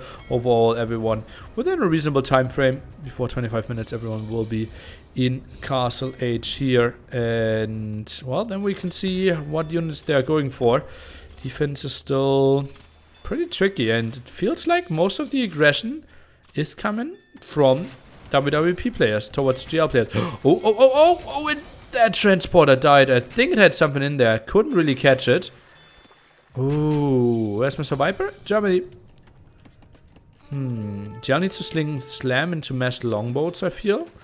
Well, with how strong Paladin is in this one, I actually not sure if like Longbowman is the main thing.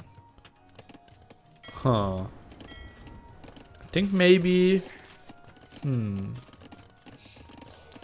see I to go back in time? Yeah, I could have, but... Looked like 5 archers is what Chet said. So I will trust them. Extra town centers now by the players. Whew. When you're supposed to co-cast with Dave today? Second set. Like you just see on stream in the chat even. And now finding that kill as well. Those archers are dying. Tedo stabilizes. Ooh, tough to see who has an advantage here. GL plus 10 when it comes to villagers. Military-wise quite behind. But obviously it's a lot like Spearman, Scout. Oh, Sharamsha Raider though. Oh, okay. And that's pretty good against town centers. Ooh. Oh, and squeezes in there. John will lose some villagers. Sends his light cav to punish those. Not going to be too easy. Oh, Jordan actually saves some villagers. Sick play. Will save two. Will obviously lose his light cav in exchange. Tries to wall over that one. And okay, now he won't save them. I'm not sure why he's trying to fight this one off. Okay. So every single villager on that woodline is lost. Plus the light cavs. And Vivi has to be happy.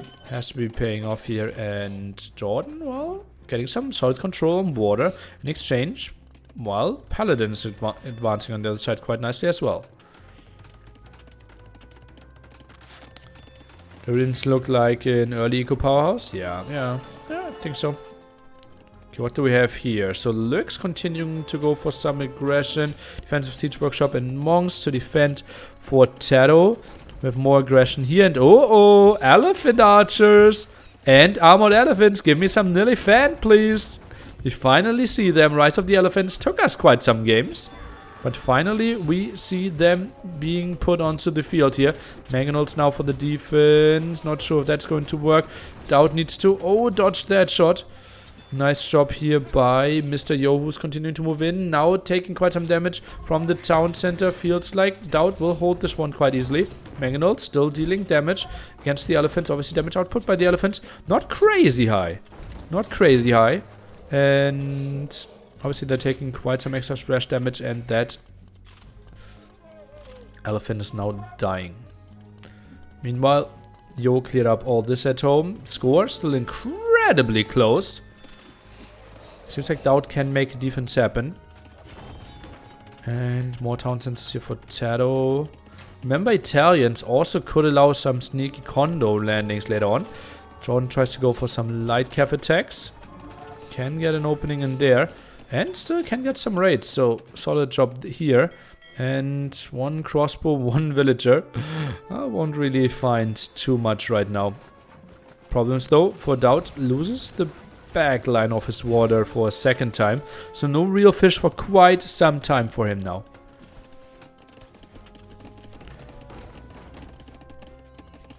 Doubt still has the tower. The one in the back, right? He lost the one at the front. Pretty sure he built a second one.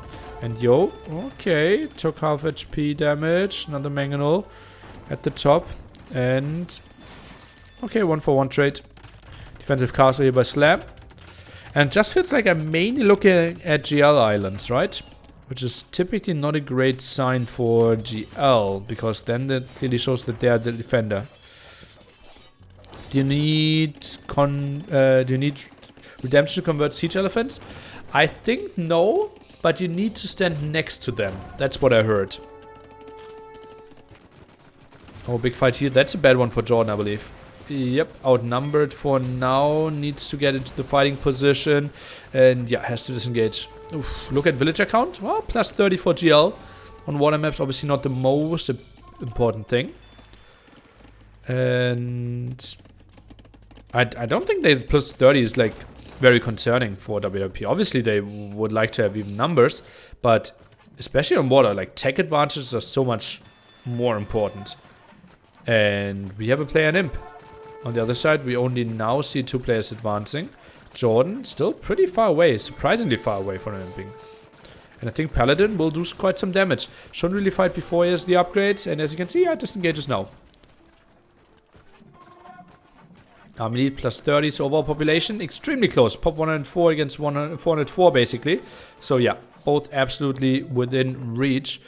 And army value 8.6 against 12k. Ooh, hello. So Team WWP putting quite some solid resources on the map. Now Doubt with the defensive castle tries to save everything, and I think those 2 Mangonels should make the defense happen together with the conversion. Oh, those are normal battle defense squeezed in though. Now the conversion completed, and Jordan is disengaging here. Obviously cannot really contest the galleons being pushed away. Longbows around to find some kills here as well. Seems like Dowd will lose some villagers. Mangonel around as well. Uy. Actually thought this castle would easily go up, but... Ooh, okay, got that one home. But okay, now at least the castle is up and the defense should be fine. GL 10 population lead. Villager-wise 40 ahead. Military behind.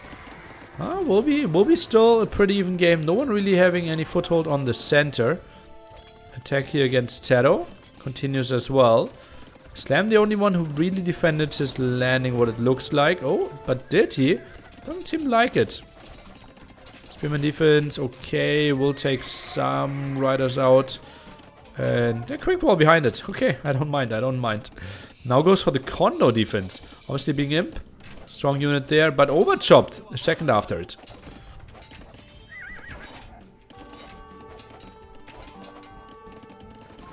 How does GL deal with those galleons? And I also think Paladins should not have gone left-hand side. I think going through the center is just more guaranteed damage. Maybe even splitting them off could have been an option. Sends more through the center, and this is the killer unit. The Theory Sidad. Wait, let's try to work this one out. Theory Sadai. Theory Sadai. Basically a warship that is really good against clumped up other units. So longboats incredibly bad against them. Mass amount of galleons really bad against them as well. And that's why we felt like, okay, Jordan and Paladin need to dominate this game. And that's why Jordan is also attacking out of it and didn't really stay on galleons for too long. But already quite some losses early on. And that's why we feel like Paladin could be dominating this game. But we will see how we will proceed from here. Yo now getting control over that center island. +5 population for GL. Still feels really close, and most of the landing over on the other side. Now we see elite longbow for Slam, but as we mentioned, should be good against galleons. Siri said I. Okay. Siri said I. Yeah, we'll probably need to rewatch all the all-new pronunciation videos. And now we can maybe get a good feeling on the splash damage. Not really. It's only 3, but you can certainly see that Jordan is not willing to take any fights here. GL needs to mass fire ships badly.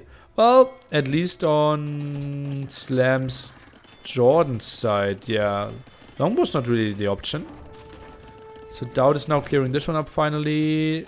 Dowd, ooh, can't be too happy to see basically a Dowd castle being built over here.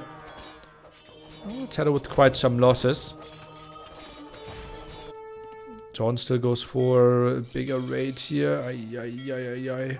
Is he even upgrading? Okay, he's now imp and now goes for shipwright. Shouldn't really go into too much production before that. Quite a nice amount of resources being banked up. Now builds a defensive castle, tries to get control. But that should be some dead villagers here. And... not crazy. Okay, John will get the castle up. All good. And Paladin has to disengage. Obviously, castle's pretty damn crazy against ships. Although we have quite some... Oh, actually, barely does any damage. Okay, well, maybe 10 pierce armor is quite good against castles. Meanwhile, Slam having quite some problems. Oh, armored elephants coming in. Oi. And Slam, he should deal with that one quite easily if he went for some more berserks. Going for the condos here for now. And that castle in some pressure. It just feels like elephants shouldn't do that much. But remember, armored elephants, those are not better elephants. And now we have the clear up though. Against melee, they die reasonably fast. And Slam about to hold this castle. Good job by him. Meanwhile, we see Lux losing quite a lot of army here. Interesting pathing. Dowd tries to intercept a bit. Okay, blocks a bit. And it gets tricky now. Paladin and Yo, full control over the center island with all the gold, with all the stone. Setting themselves up quite nicely for the long run. Jordan now getting onto his great fleet as well. Jordan should be at the front and Slam in the back. That's how you want to fight this one. Slam doesn't want to take any damage in this one. And now the big battles are continuing, but that's 17 against 10 of the big boys. Okay, now 15. Okay, now I think Jordan could consider taking this fight again, especially with Slam in the back, adding some of the damage output. But Slam also needs to think about this landing. GL now with the score lead all of a sudden. And Tato, obviously, fast fire ships really good against the Sirisadai. Jordan's Galleon still around, trying to escape. Galleons now by out. We considered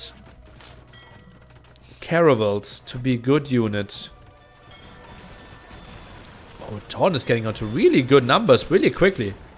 Wow, I'm a bit surprised. Look at that. 10 in the queue here. 41 on the field already. On the other side, we're looking at 23. So Jordan looking pretty solid. Some of them sadly attacking the stable. Not the greatest choice. Plus Slam squeezed in there as well. 31 longbows that you don't really see. But they're obviously still adding some damage output. Cannon guns in the back. No splash damage on those. So not the most important thing. And I think this should be a good fight for Jordan. Look at that, pop 60 lead now for GL. And it feels like that is a big fight. And a big loss most likely for Paladin. Army value 18k to 24k. And Paladin has to disengage. Jordan did it. He broke that army ball. And now this will be really tough to contest. 46 of those bad boys on the field. 32 on the other side. And feels like most of the landings were stopped as well. Berserk's around for the defense, and Vivi, if he loses this one, he's not contributing a lot anymore. Tato tries to take small fights with his fast fires. Now Dowd around to go for the full surround. Next to the castle, a bit of a tricky choice, I would think. But especially if Tato is continuing to stream in units here, that could still work out. I think Lux is taking an okayish fight. 39 against 28 here. Yeah, he's super clumped up. Dowd is taking a pretty bad fight, especially next to the castle. Stout have Vittoria. I would be surprised. And I am surprised. Went for 2 Vittoria. That's why we only see him at pop 150. On his end, it's 190. Trying to set himself up for the late game quite nicely. Slam still very distracted on land here. Vivi still goes for quite some aggression. Oh, this is so bad. This is so bad for Paladin. Those are not the numbers that he can fight with. Now we see coinage. We see... can I see what that does in capture age? No, I can't, right? I certainly see that Mr. Yo is getting pushed away. What is Lux up to, by the way? I've not seen him do anything for quite some time now. Except, like, losing his army here once. Yeah, a million arrows and every minute something dies. Minus 10% will pop space. Okay, that's really nice. So 104 villagers here means we get basically 10 more pop space for Mr. Yo here. John 46, but tough to micro units, I believe. Still think he can take this fight. Also feels like the game is starting to lag a bit on my end. Solid 90 population lead now for GL boys. And we actually have 5 cannon galleons squeezed in there. Mainly dealing with Vivi's landing for now. Although Slam is doing an okay job here, I feel. And maybe then going for the castles is the next step. And as you can see, Paladin is being pushed back. And it just feels like Jordan got onto the good numbers so quickly. His economy was just so good. Let's take a look at the resource income later on. And I think Jordan will be just sitting so solid numbers there, I believe. It keeps being calculated throughout the game, I'm pretty sure. It's basically just a villager takes 0.9 population space. That's how I would assume it works. Whew. Over 100 population lead now. Yeah, that's not really going to work. Bombards around. Still continuing with the repair, but no way of really holding that one. Still holding from distance, and cannon galleons will find the clear up, but now hussars are coming in, and obviously no one really having proper army there. Jordan now going for the landing as well. Jordan is playing a really nice game. Really nice game. Going for lots of aggression. And more aggression here by Vivi as well. And Slam, he's a bit missing army here, I would think. Tato also going for landings. So much going on. And this is maybe not a map we should have put on 4v4. Enemy archipelago, I think I didn't put it in 4v4, simply because I felt this is impossible to cast. But it feels like this one could be still pretty entertaining. Well, I throw over a water bottle. So Vivi, can you maybe make something happen? Bombard down. Not sure if the crossbows will find too much. Villagers are dying as well, but town center is still up. Cannon Guardians now dealing with some of the production. And then the area to maneuver in becomes really tight for Vivi. This is close to enemy archipelago? Yeah, feels like it, right? Yeah, enemy archipelago. I thought this would play even more water. Enemy archipelago, I think, is even more brutal when it comes to like land fights and importance. Jordan just has so much more here. As you can see, like all those stacking over another. I'm really surprised that Paladin doesn't see like that has to be at least 15 over that small angle. Look at that, how stacked there are. 24 only in this small line. But we have 21 in total. Jordan is just getting so much more damage output and Paladin is not realizing. Now has to disengage. Whew. Why they never trade on water? Well, yesterday they traded on water. And right now, getting control of the center area is just good enough, right? You can get a lot of gold, and I wouldn't be surprised if at some point we see some water trade added by some of the players. Yesterday we saw even water trade on a land map. So much action. Yeah, I'm really impressed as well. Okay, so one bombard here. That's the only thing that can really kill buildings right now. And Slam, obviously, as Vikings, no access to bombards. Now need to repair the castle. How is Stone looking for Slam? Actually, could have enough for repair. Instant losing his trap, so no chance of the defense there. Oh, this is still looking ugly for Slam. And it seems like Vivi will continue getting more military out, while GL is getting more hold of the center though. And yeah, this is looking really good now for GL. Military wise, plus 100 soon. Villagers are equaled out as well, and that means water control and therefore control of that center area clearly in favor of GL. I think the main story is, can Vivi make it a 4v3? Can Slam be completely erased from the map? That is the only thing that could really save them. Shiramsha Rider, don't get confused, it's not the +9 that's displayed here, that's a mistake in Capture Age. But still, a pretty crazy unit, but only facing infantry, so not really benefiting from most of their bonuses. Whew. And this one looks like a tight win for Vivi here, it feels like. Yeah, only 2 spearmen in. That's not the number that we needed. And Slam suddenly drops to below pop 100. Uh-oh, problems. Problems for Slam. Maybe some sling there. Goes for supplies now. Goes for longsword man. Oh no, that's man-at-arms only for now. Ay. Slam is going to die. This is going to be a 4v3. What can Tado do? Okay, he's going for quite some aggression as well. Faces the Skirm heavy CA mix plus Hussars from our Hindustani. He himself is going for elite crossbowman. Elite Genoese. Triple castle setup, now the defensive castle. Lux is trying to make something happen. Whew. Small landing here, but stopped at the same time. Feasible and Zoglauer, thank you for the shops. Uh-oh. Slam is erased. Slam is down to 5 villages, 44 military. Slam should consider re-landing. Why are they letting Slam die? Well, I think the main problem is that they have all their population on water. Right, Tado's on the other side landing and fighting. Doubt never helped a teammate in his life ever. And Jordan simply having 80 ships on water. Maybe some more sling could have been something. Those 5 are fishing ships, he has no wills. Oh, Slam is defeated. Slam cannot get a base again. Oh, also no town centers, right? Okay. So this is what Slam can work with. Twin Swordman. He is doing coinage! Why is Slam doing coinage? Maybe to give some wood and stone? Well, he can't build anything, right? Yeah, get a monk on convert. You can trade a bit more, yeah. You can make longbows with the sling. I know. Oh god, Jordan's army. I think it's unkillable. I think Jordan's army right now is...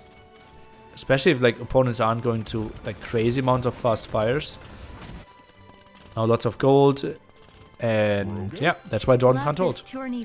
Matsve, thank you. After this we will still have one more 2v2.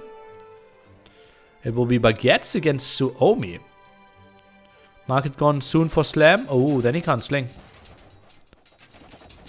Yeah, he didn't send the resources. And he can't build a new market. So goes for trade cogs. But he can't. Yeah, then he needs to get wood. Make a monk and convert a will? How do you make a monastery?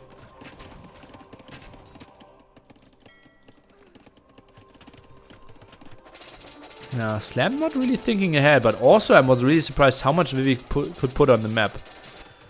But it looks really good for Tato over here. Pushing in deep now, and Genoese are just so good against this. Oh, and Tato is microing it down. Scrum number simply not high enough. Look at how Tato is one-shotting this area. You can ask Doubt for wood. Yeah, obviously. And you can also ask billionaires to pay their fair taxes. Good luck. Second cast here for Jordan, who's playing a wild game. Wild game. Trying to go really everywhere, kind of.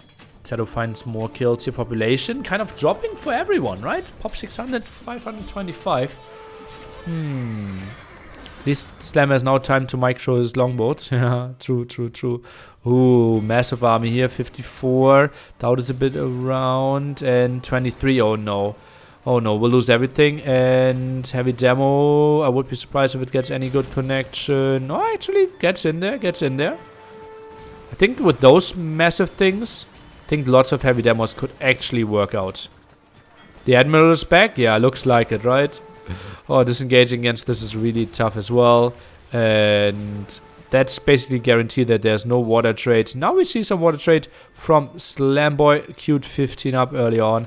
And now we are getting close to pop 200 population lead. Oh. Jordan must not allow this to happen.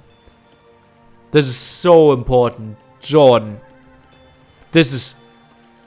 Oh, this could be so bad. If all those are getting over to Jordan's Island... Well, it's not like there are any resources left, but... Still, like, he might lose all his stocks.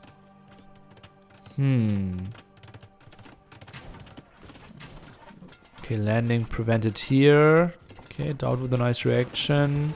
Fast fires being sent in again. Small numbers. Tato just happy to waste them apparently. And yeah, he eliminated Lux from this map as well. Lux himself sits at 20 villagers.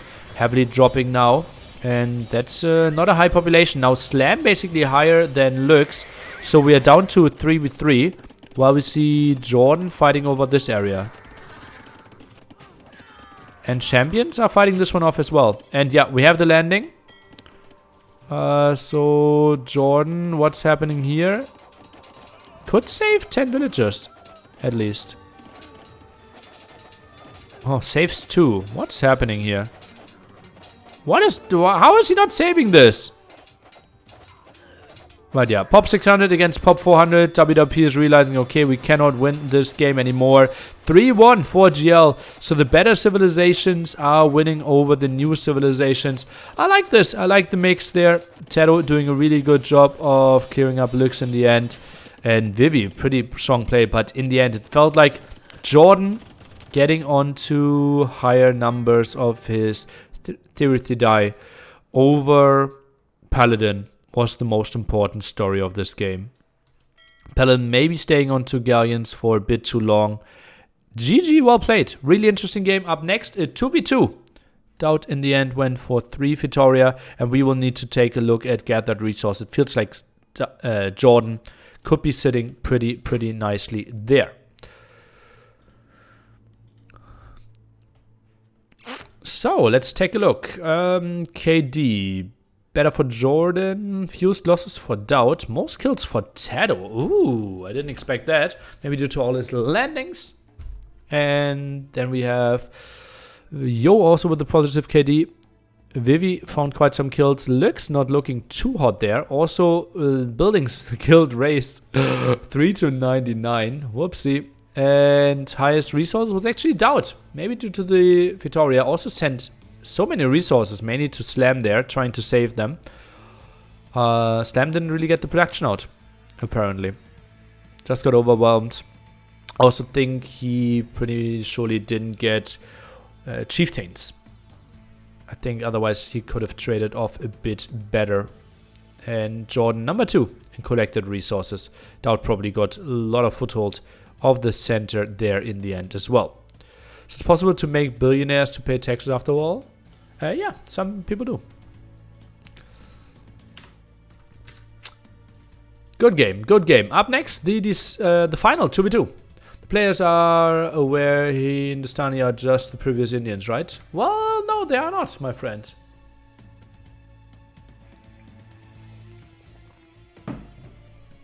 Like, they are not the same, right? There were changes, for example, how the camels work and how the team bonus works.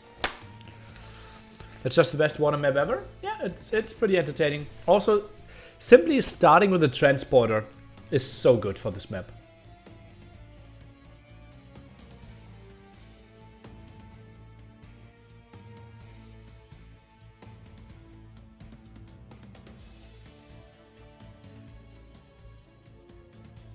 That actually helped out, but was made fun of by casters. Wow, that's bad.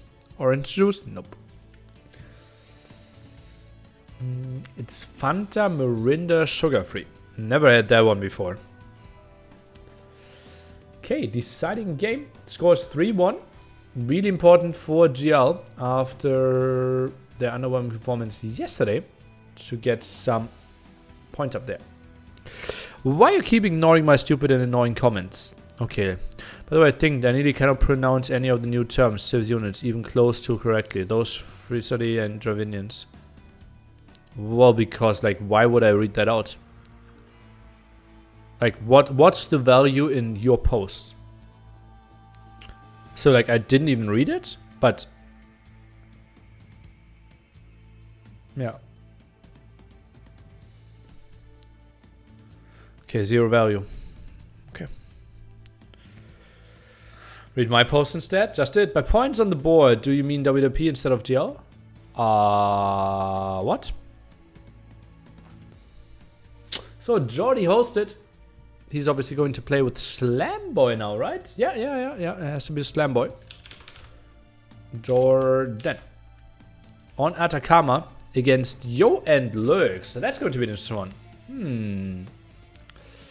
For when for stupid and annoying posts, we'd have no post at all. maybe. NCL has 2 plus 3 points, while WP only has 1 plus 1. Yeah, but like the goal for GL was to win the thing, right? Maybe for WWP as well, but WWP also starting with like facing arguably the 2 strongest teams. So like getting 1 yesterday was okay if number 2 is your desired place. Yeah.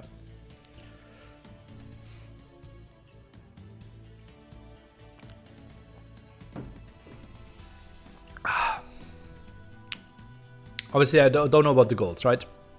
If WWP wants to win the whole thing, then that is pretty optimistic.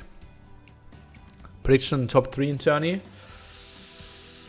Right now, it looks like Suomi, GL, AM, and WWP and Baguettes fighting for 4th place. Which is crazy to think.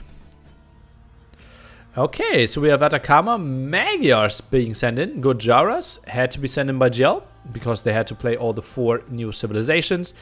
And Saracens by Lux. That is interesting. On Atacama, Saracens, not sure if I approve with that. I think it's so aggressive, so wild. But Saracens might get punished before they actually get to their full advantage with the market. A winner is solely based on round robin. Yeah, we won't have a bracket stage after it. So every game counts. He's going market shenanigans? Yeah, I'm pretty sure of that, but isn't he dying before that? Like, you need to control the center, so you can't even sell your stone. I think Saracens could struggle. Baguettes didn't even play and predicted to be bottom. Well, look at the lineups, right?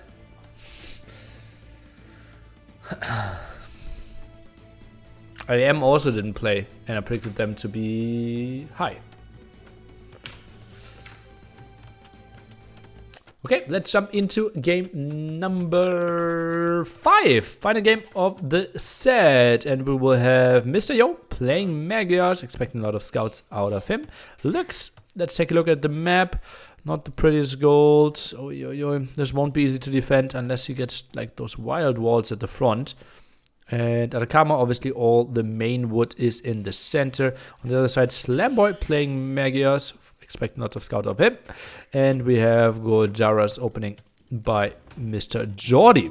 Drapstore flies in with 5 gifted subs. Cheers, Reno. What is the final placement on? Only points out of all games. Correct. Market shenanigans for aggression could be good. For fast casters should be death. Yeah, even for aggression, I'm not sure. Drapstore, I hope you enjoy the show. Oh, even hitting some people that I often see in chat. They're playing on European server? No, that's bad. That's bad. But telling them now is 4 minutes in. Yeah, like people agree on also playing. If they play it on like what did they play on before? West India, right? Yeah, maybe Europeans actually make sense, right? Because for Slam it's bad, for Yo and Lux it's bad, for Jordan it's obviously good. So I'm not sure if they agreed on European server.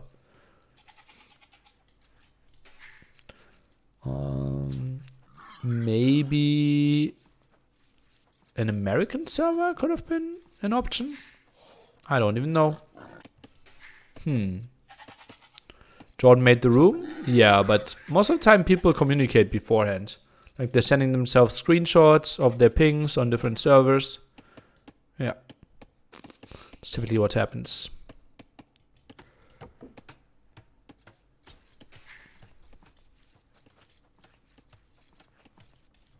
Bat is flying in now. Street taking care.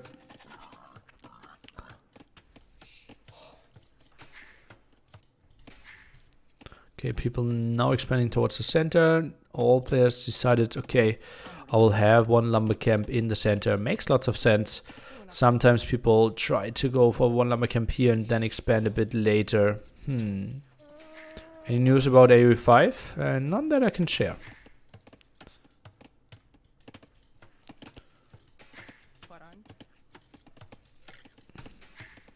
Did we see 2 sheep being sent? No, Jordan has to play with 6 here.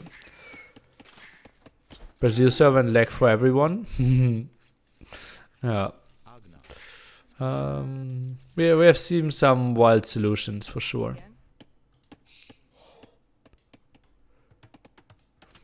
You could write a whole batch of thesis on choosing optimal servers. Oh boy. And you can have a full like 20 pages for it for Hidden Cup, right?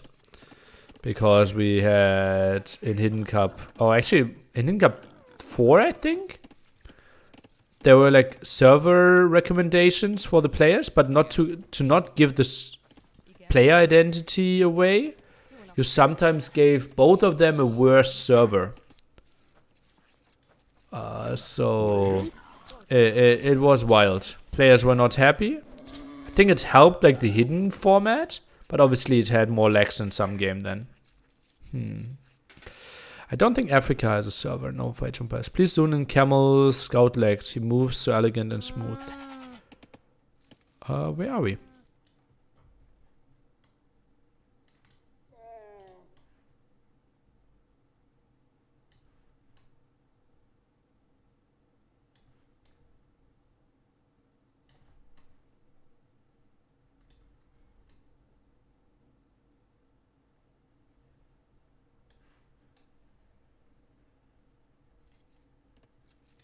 Happy?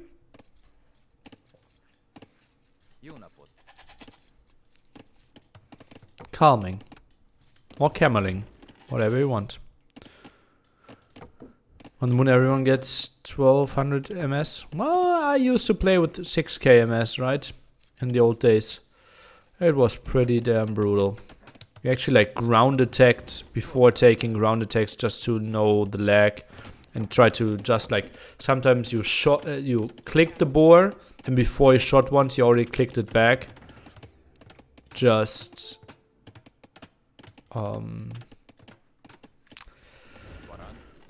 to not get hit more than twice. You always loomed with your villagers. Oh god, the old days. The old days. Looks have seeing? No. Not an option. I think this map is not designed to allow fast castle. I think you get punished way too easily. Tato in-game chat? Yeah, they chatted with each other. I think Tato... Ah, no, that's the wrong name. I think the camel got sent in. I think those names are sometimes bugging out with CA. But the lag relatively consistent, so you don't need to anticipate everything. Yeah. It's also like the reason why like Micro was developed completely differently at that time. We still have 2 sheep here. I think I would have liked to see the 2 sheep over there. But that's just me. Archer range build up now for Jordan. Same for Lux, who actually went for those big walls that I kind of wanted to see. So gives him some control over the gold. Obviously can still go through the center, but that's easier walled off as you can see. And then you are actually controlling quite a bit. Interesting. Obviously not the map that shines in 2v2 team play. I miss the old days when there was only one unit name and it was yellow Pac-Man eating dots. Okay. Maybe I joined a bit later.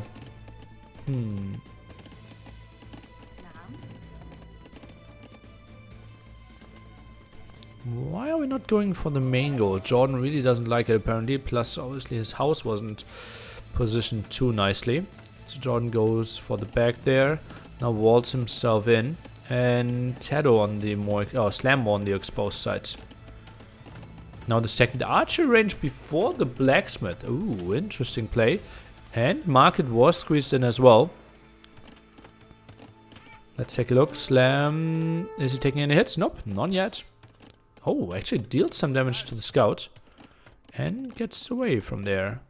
Archer's trying to find something, won't really. And now Archer, Spearman and Camel Scout around. And that will actually be pretty solid against some scouts here. And yo, how is he dealing with this? I think the house should have been more starting from here than starting from that area. Oh, this could be a bit problematic. Looks now fully walled here. Ay. But yo, that's ugly for him. I know he will have 6 scouts. He will clear this one up. It's only 1 spearman, 1 camel. Yeah, maybe commit to 1 villager kill. Could be it. 1 spearman around as well. And yeah, Jordan at least has to be happy. Okay, I forced all your action. I forced all the scouts back. Not really an overreaction, because what's the other option? To have like 3 at home, 3 at the front and have some losses. I think it's a pretty easy clear up. Just go for it and you will be happy with this. Lost 4 scouts and one of them is very heavily limping. Now more scouts are coming over. And somehow WWP made this a pretty walled maps. Yeah. Pretty walled map here.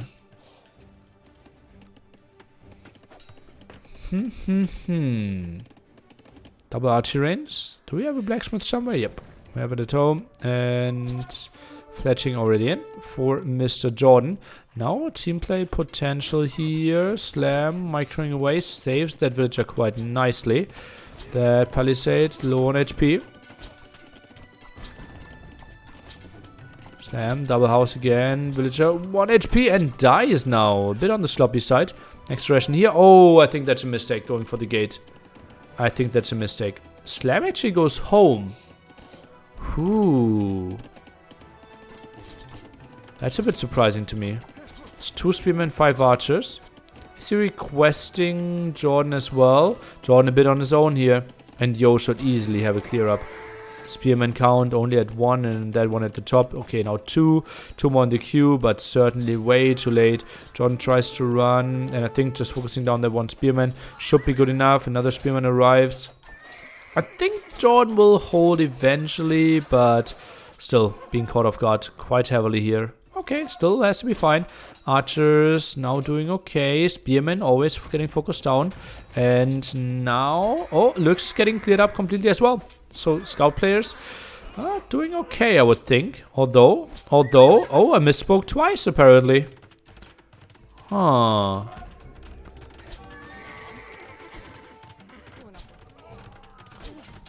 Oh, 3 villagers, low HP here at the front, could get sniped down, she's dying as well. Okay, so nice kills here for sure, villager-wise, 33, 33, 32, 32. So slight advantage for WWP. And that tower is going up. Jordan, will he find the last kill against low HP villagers? Nope, he won't. Also all house walls here. I think this game stabilizes more than I would have thought. Uiuiui. Interesting.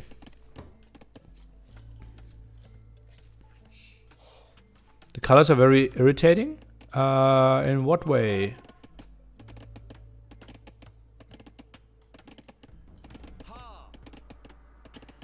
Or what can I do to change anything?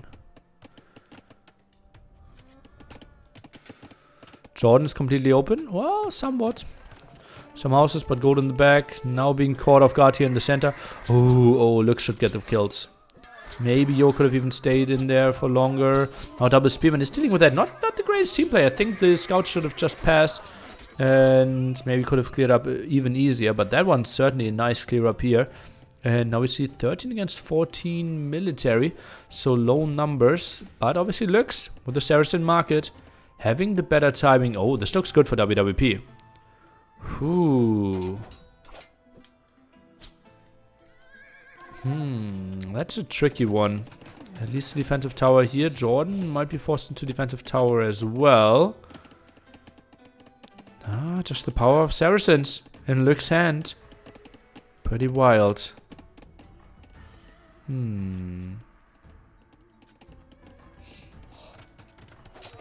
Okay, Slam taking some more damage here. At least that tower should go up. Nice house in front of it as well. Trying to keep the army away. Doesn't want to see the army jump on this one. Tower goes up. Slam with a nice reaction. Survives for now. Can you make Slam green and Yo red? Well, now it will be super confusing during the game, right? So either we change colors at like minute 3. Or we keep it like this, I would think. Otherwise, like, I go crazy if I change the colors now. Change red to purple. How is that helping?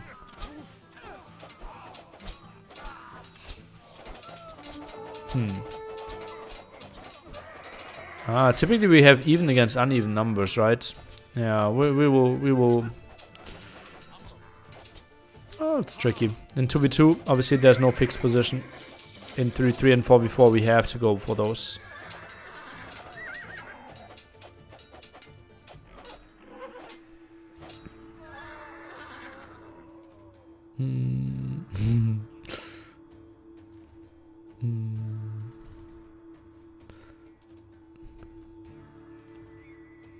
Like that?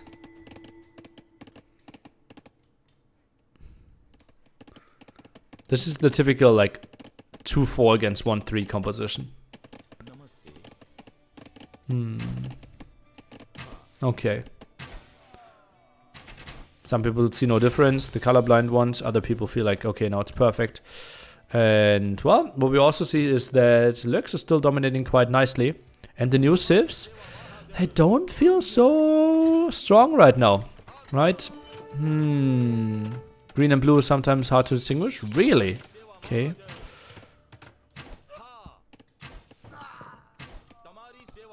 John tries to buy himself time. 9 against 8. Let's take a look at the dance. They're dancing like they're playing against ballistics. I'm a bit surprised.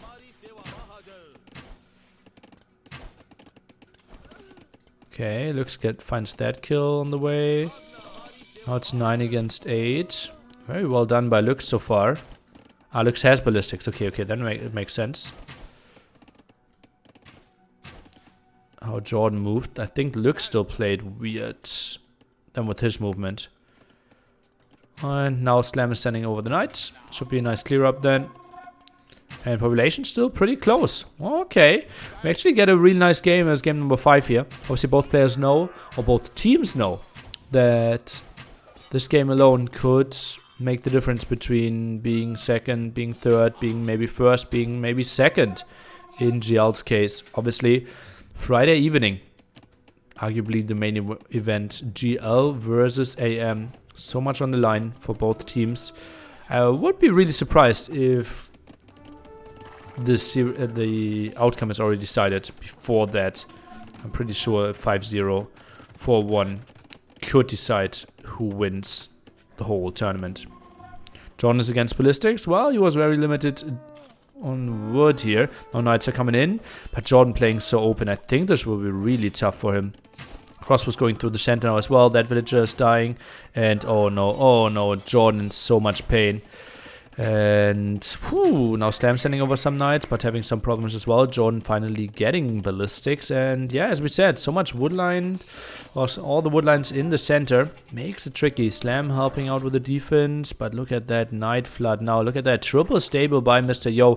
And Jordan, he will have some problems here. Crossbow count is 15 versus 12 only, so Lux now diving in. Feels like, okay, I can find the kill. And we see Mr. Yo flying in with more and more knights. Crossbows are being focused down, villagers are falling, and Jordan's 37 is going to drop most likely, unless we are fully focusing on military, which isn't the biggest threatening thing here.